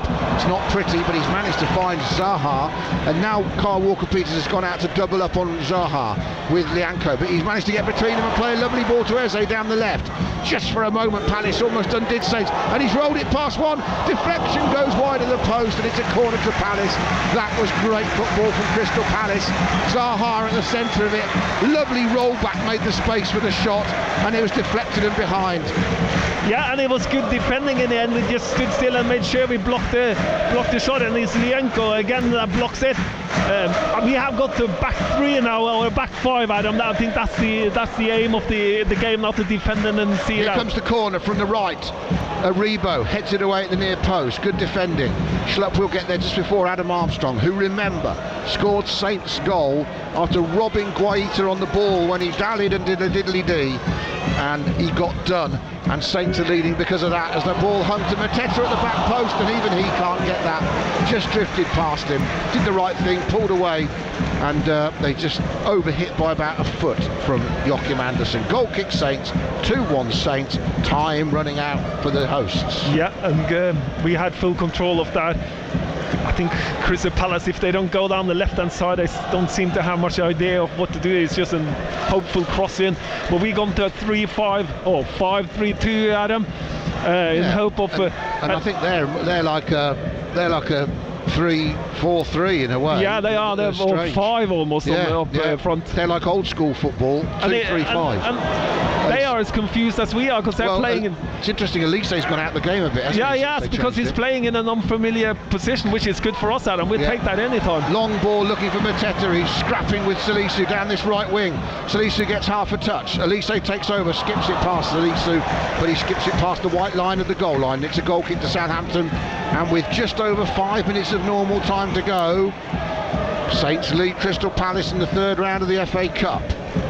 Goal kick Southampton. Well, when we started Nottingham, this formation we're playing now is pretty similar team with a few changes, but that was an offensive formation. Today, I'm a little bit unsure. Today it's a defensive formation, Adam. Well, it's very much. Well, they're trying to protect the lead, isn't he? Yeah, but it's the same. It's the same back 5 right, as a Nottingham, and that was an offensive formation. Yeah, what I know what you're saying is the manager after Wednesday defended it as a very positive 3, but it's the same players, and it now looks like a protective 5, which is fair enough. Pero. Yeah, well, that's the right way to play now, without any doubt. If you want to be positive, if you want to protect a lead or play for a draw, play the 5, Nathan. Apart from that, play a 4 if you want to win the exactly. game. And this is the right time to do it. This is when you want to be 5 in the back and defend, because you don't need to win the game now. You got your winning goal, and it is 4 minutes or 5 minutes to go, and then you just be smart, cynical, get the ball up on the pitch. Subs 3 and 4 about to come on for Southampton. Diallo and Genepo. First they're going to have a throw-in, or they're not going to have a throw-in. The referee says we'll wait.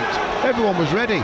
Players up from the back, everyone ready for Salisu's long throw, and it's going to be Diallo for Rebo. And who's coming off for Genepo? Let's see what the change is now. I think it's going to be Adam Armstrong. Yeah, Adam Armstrong is coming on, except for, he's come alive after his goal. Yeah. Well, he's got 1 goal this season before today. That was, of course, the winner against Chelsea. Yeah, back at the end of August. He's only got, Adam Armstrong, 3 goals for Saints since he joined. That's his 4th with the FA Cup goal. 3 goals in 18 months. He's now made that 4, which is good for him. And he's off the pitch having worked hard, did nothing in the first half, and then he's taken the 1 bit of pouncing he was able to do with his speed. He's done. And with 3.5 minutes to go, Saints take the throw. Salisu to the edge of the box. Milojevic heads it away. Stumbling and tumbling in their own half, Palace win a free kick. Ayew caught by Ward-Prowse, who wants to be careful, he's being booked. Zaha on halfway. The ball control sometimes is just magnificent, and when he opened that chance up that Lianco blocked with his back, a little bit of movement and skill to create the space a few minutes ago was brilliant. Yeah, but they haven't been able to give him the ball a lot, and they should have given him. If I was the Palace player, I would give him the ball all the time. Yeah, but I'm just saying he's a terrific player, isn't he? Schlupp. Oh no, he's really good. He causes problem all the time. When he's on it, he's brilliant. And now we double up, we put Genepo down the right to help Walker-Peters and Lianco. Lianco, Walker-Peters and Genepo can all jump on him, that'll do. Yeah. Here comes Elise, hugging the right touchline beneath us for Palace. Midway inside the Saints half, drifts away from Pero and Maitland-Niles. Finds Schlupp, who hasn't got into the game and adjusted to the pace of it yet. Then it's helped on back out to the left to Zaha against Walker-Peters. Zaha goes towards the corner flag. He's going to turn him, he's dragged down. It's great skill again. He's done a complete 360 around Kyle Walker-Peters, who's just taken the yellow card. and taken the hit for the team, to be honest, everybody. But he's looking like he's going to go out for a corner. He's pretended like he's going to let it go out, and he's appealing for the corner. And then he's just spun around Walker-Peters. Well, Walker-Peters get his foot on the long pass first, or the pass out to him, and then I think he should just be tight there. Straight away, he's like he's scared of him, and because I think he slowed down, thinking he was going to let it go out for a corner. Yeah, but so he should go tight, be tight to him, and then he can't turn, and that's the problem, because he gives him space to turn, and it's a good turn, though. Don't get me wrong. It was trickery. He deceived him. That's for sure. Zaha, everyone think he was slowing down to go out for a corner, and then so he didn't bother getting tight, and he went, hey, I'm off. Yeah, and because he didn't go tight. Here we go, 90 seconds of normal time to go. The free kick is just outside the penalty area from the left, hits Walker-Peters straight in front, who's the only one-man wall at that narrow angle, and it goes out for a Palace corner. Saints have got some stoic defending to do as we head towards stoppage time in the driving rain and wind of Selhurst Park in the FA Cup. Palace have a corner, looking for a goal to take it to a replay. Outswinger towards the penalty spot, drops in the box. Salisu will thrash it away, and Saints can come away. And Guaita plays it forward terribly to Mara. The goalie's 40 yards out. Saints are charging over halfway. Perrot's trying to break. If he's got any sense, he'll slow things down now and keep the ball, because the goalie's got back. And Maitland-Niles plays it infield sensibly to Gillette Sarr, and he's got a man wide on the right, plenty of space, because Zaha doesn't want to get back and help out.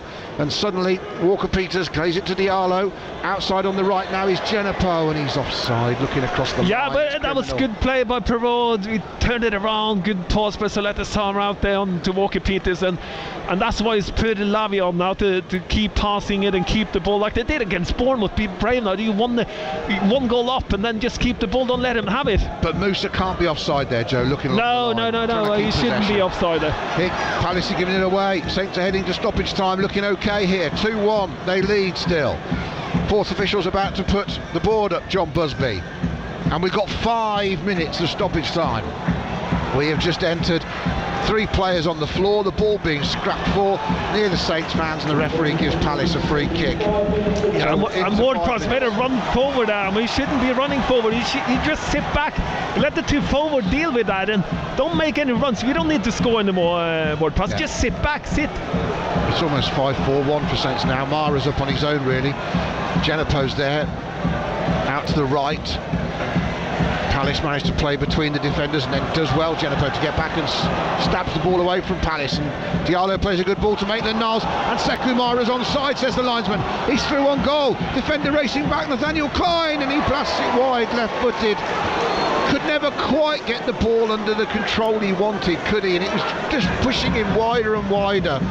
And in the end, Klein put him off enough, and I think the linesman put his flag up anyway in the end. What a it was just offside. I need to see that in repeat. I'm not sure it was. Well, he messed it up anyway, Mara, didn't he? In the end, he missed it. So he needed to straighten his run and actually make Klein come across him if he wanted to stop him, and he didn't do that. Klein was able to just nudge him and shoulder him away. Yeah, and that's where you need your pace, and he seems to lack a little bit of pace to be like a striker. I want him to be a little bit quicker, to be honest. Yeah, well, here comes a long ball forward from Joachim Andersen. Might be one of the best balls of the day, but it isn't. It was such small margin, so close to being a great diagonal 50-yard ball onto Zaha's ankle, and it bounced 1 yard in front of him, and it zipped away. And Zaha's left the ball, and the fans actually reminded him, the Palace fans, to give it to Bazunu to save the clock. Goal kick Saints, 2-1 Saints. Stoppage time at Selhurst Park. It's been a really bad week or so since we came back for Southampton. This will do well for everyone. St. So Mary's, good. dreadful results in the Premier League, dreadful performances, bad football, but in the FA Cup, maybe this performance will give everyone a little bit of hope. Bazunu, right-footed long clearance, players duck under it in blue and red, and it goes back from Gay to Guaita, whose mistake has cost Palace a place in the 4th round draw as things stand. They look to play it through the middle, and Lianco absolutely body checks Jordan Ayew off the ball, and the referee says no free kick. Brilliant from Lianco. I don't know how we got away with that one. How that's not a free kick, I don't know. But we'll take anything now, Adam. Well, it wasn't shoulder to shoulder, was it? He basically he blocked him. He totally blocked him. Yeah. And then he goes, I didn't do anything. Right. Long ball for Palace because they've got a free kick for another offside. Saints fans singing. We've had 3 minutes of the 5 of stoppage time. Anderson heads the free kick onto the edge of the box. Gay brings it down. Now here's Ayew. 2 or 3 blue shirts around him. Ward-Prowse gets it away. More boos from the Palace fans. 2 minutes of stoppage time to go. Last season's semi-finalists are struggling against the semi-finalists from the year before. Palace would like to go back. They're comfortable in the Premier League as things stand. Anderson launches it. Bazunu comes right to the edge of his box, wipes out Mateta as he punches it. Play on, says the referee. Free kick for Saints. Selhurst Park is an unhappy place at the moment. The Palace fans are getting nothing from the referee.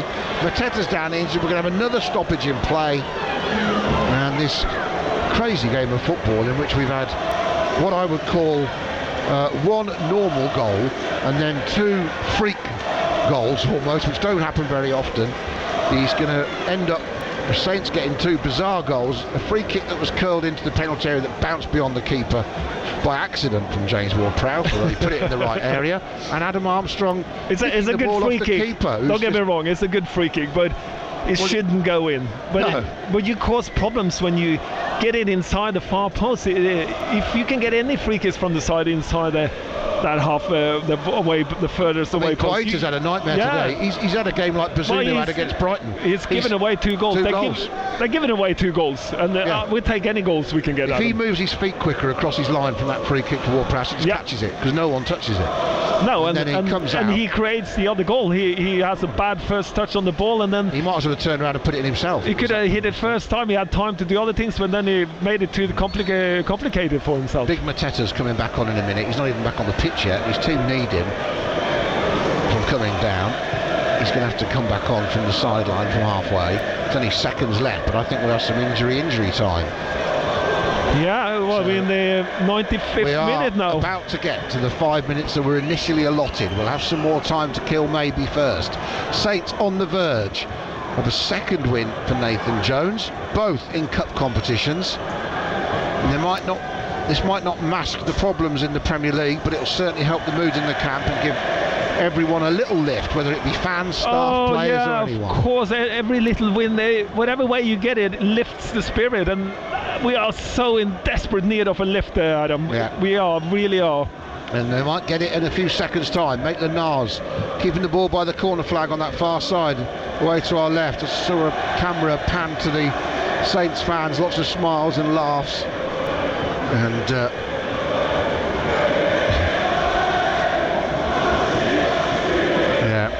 they're singing something close to "How bad must you be? We're winning away" to the Palace fans. So remember, Saints did win. I like the banter. I like the banter. Yeah. So gallows humour from football fans is always good. We've had a minute extra, 6 in total of stoppage time. Clearance taken. Darren Bond says that's it. Boos from the Palace fans this time. It's not the Southampton fans booing, because their side are into the 4th round of the FA Cup after a very hard-earned 2-1 win here to go through to the draw. Goals from James Ward-Prowse and Adam Armstrong, both of them gifts from Vincente Guaita, the Crystal Palace goalkeeper. And after a terrible restart to the Premier League after the World Cup, and all the pressure in the world on Nathan Jones and the Southampton players, the manager has a small bit of relief. They've won this cup tie at Palace by 2-1, and now they can go back to St Mary's to play Manchester City on Wednesday, with things looking slightly better. Joe Tessie. Yeah, we needed that. I'm not going to say anything about the football play today, because it was not a very good game. We didn't play forever. We've been gifted 2 goals. We have a lot to work with still, but this will lift our work. We need some positive energy, and this will definitely give us the positive energy. Yeah, from small acorns, as they say. I'll get reaction. Remember, we've got the Bournemouth commentary coming up at 3, so stay with us for that against Vincent Kompany's Burnley.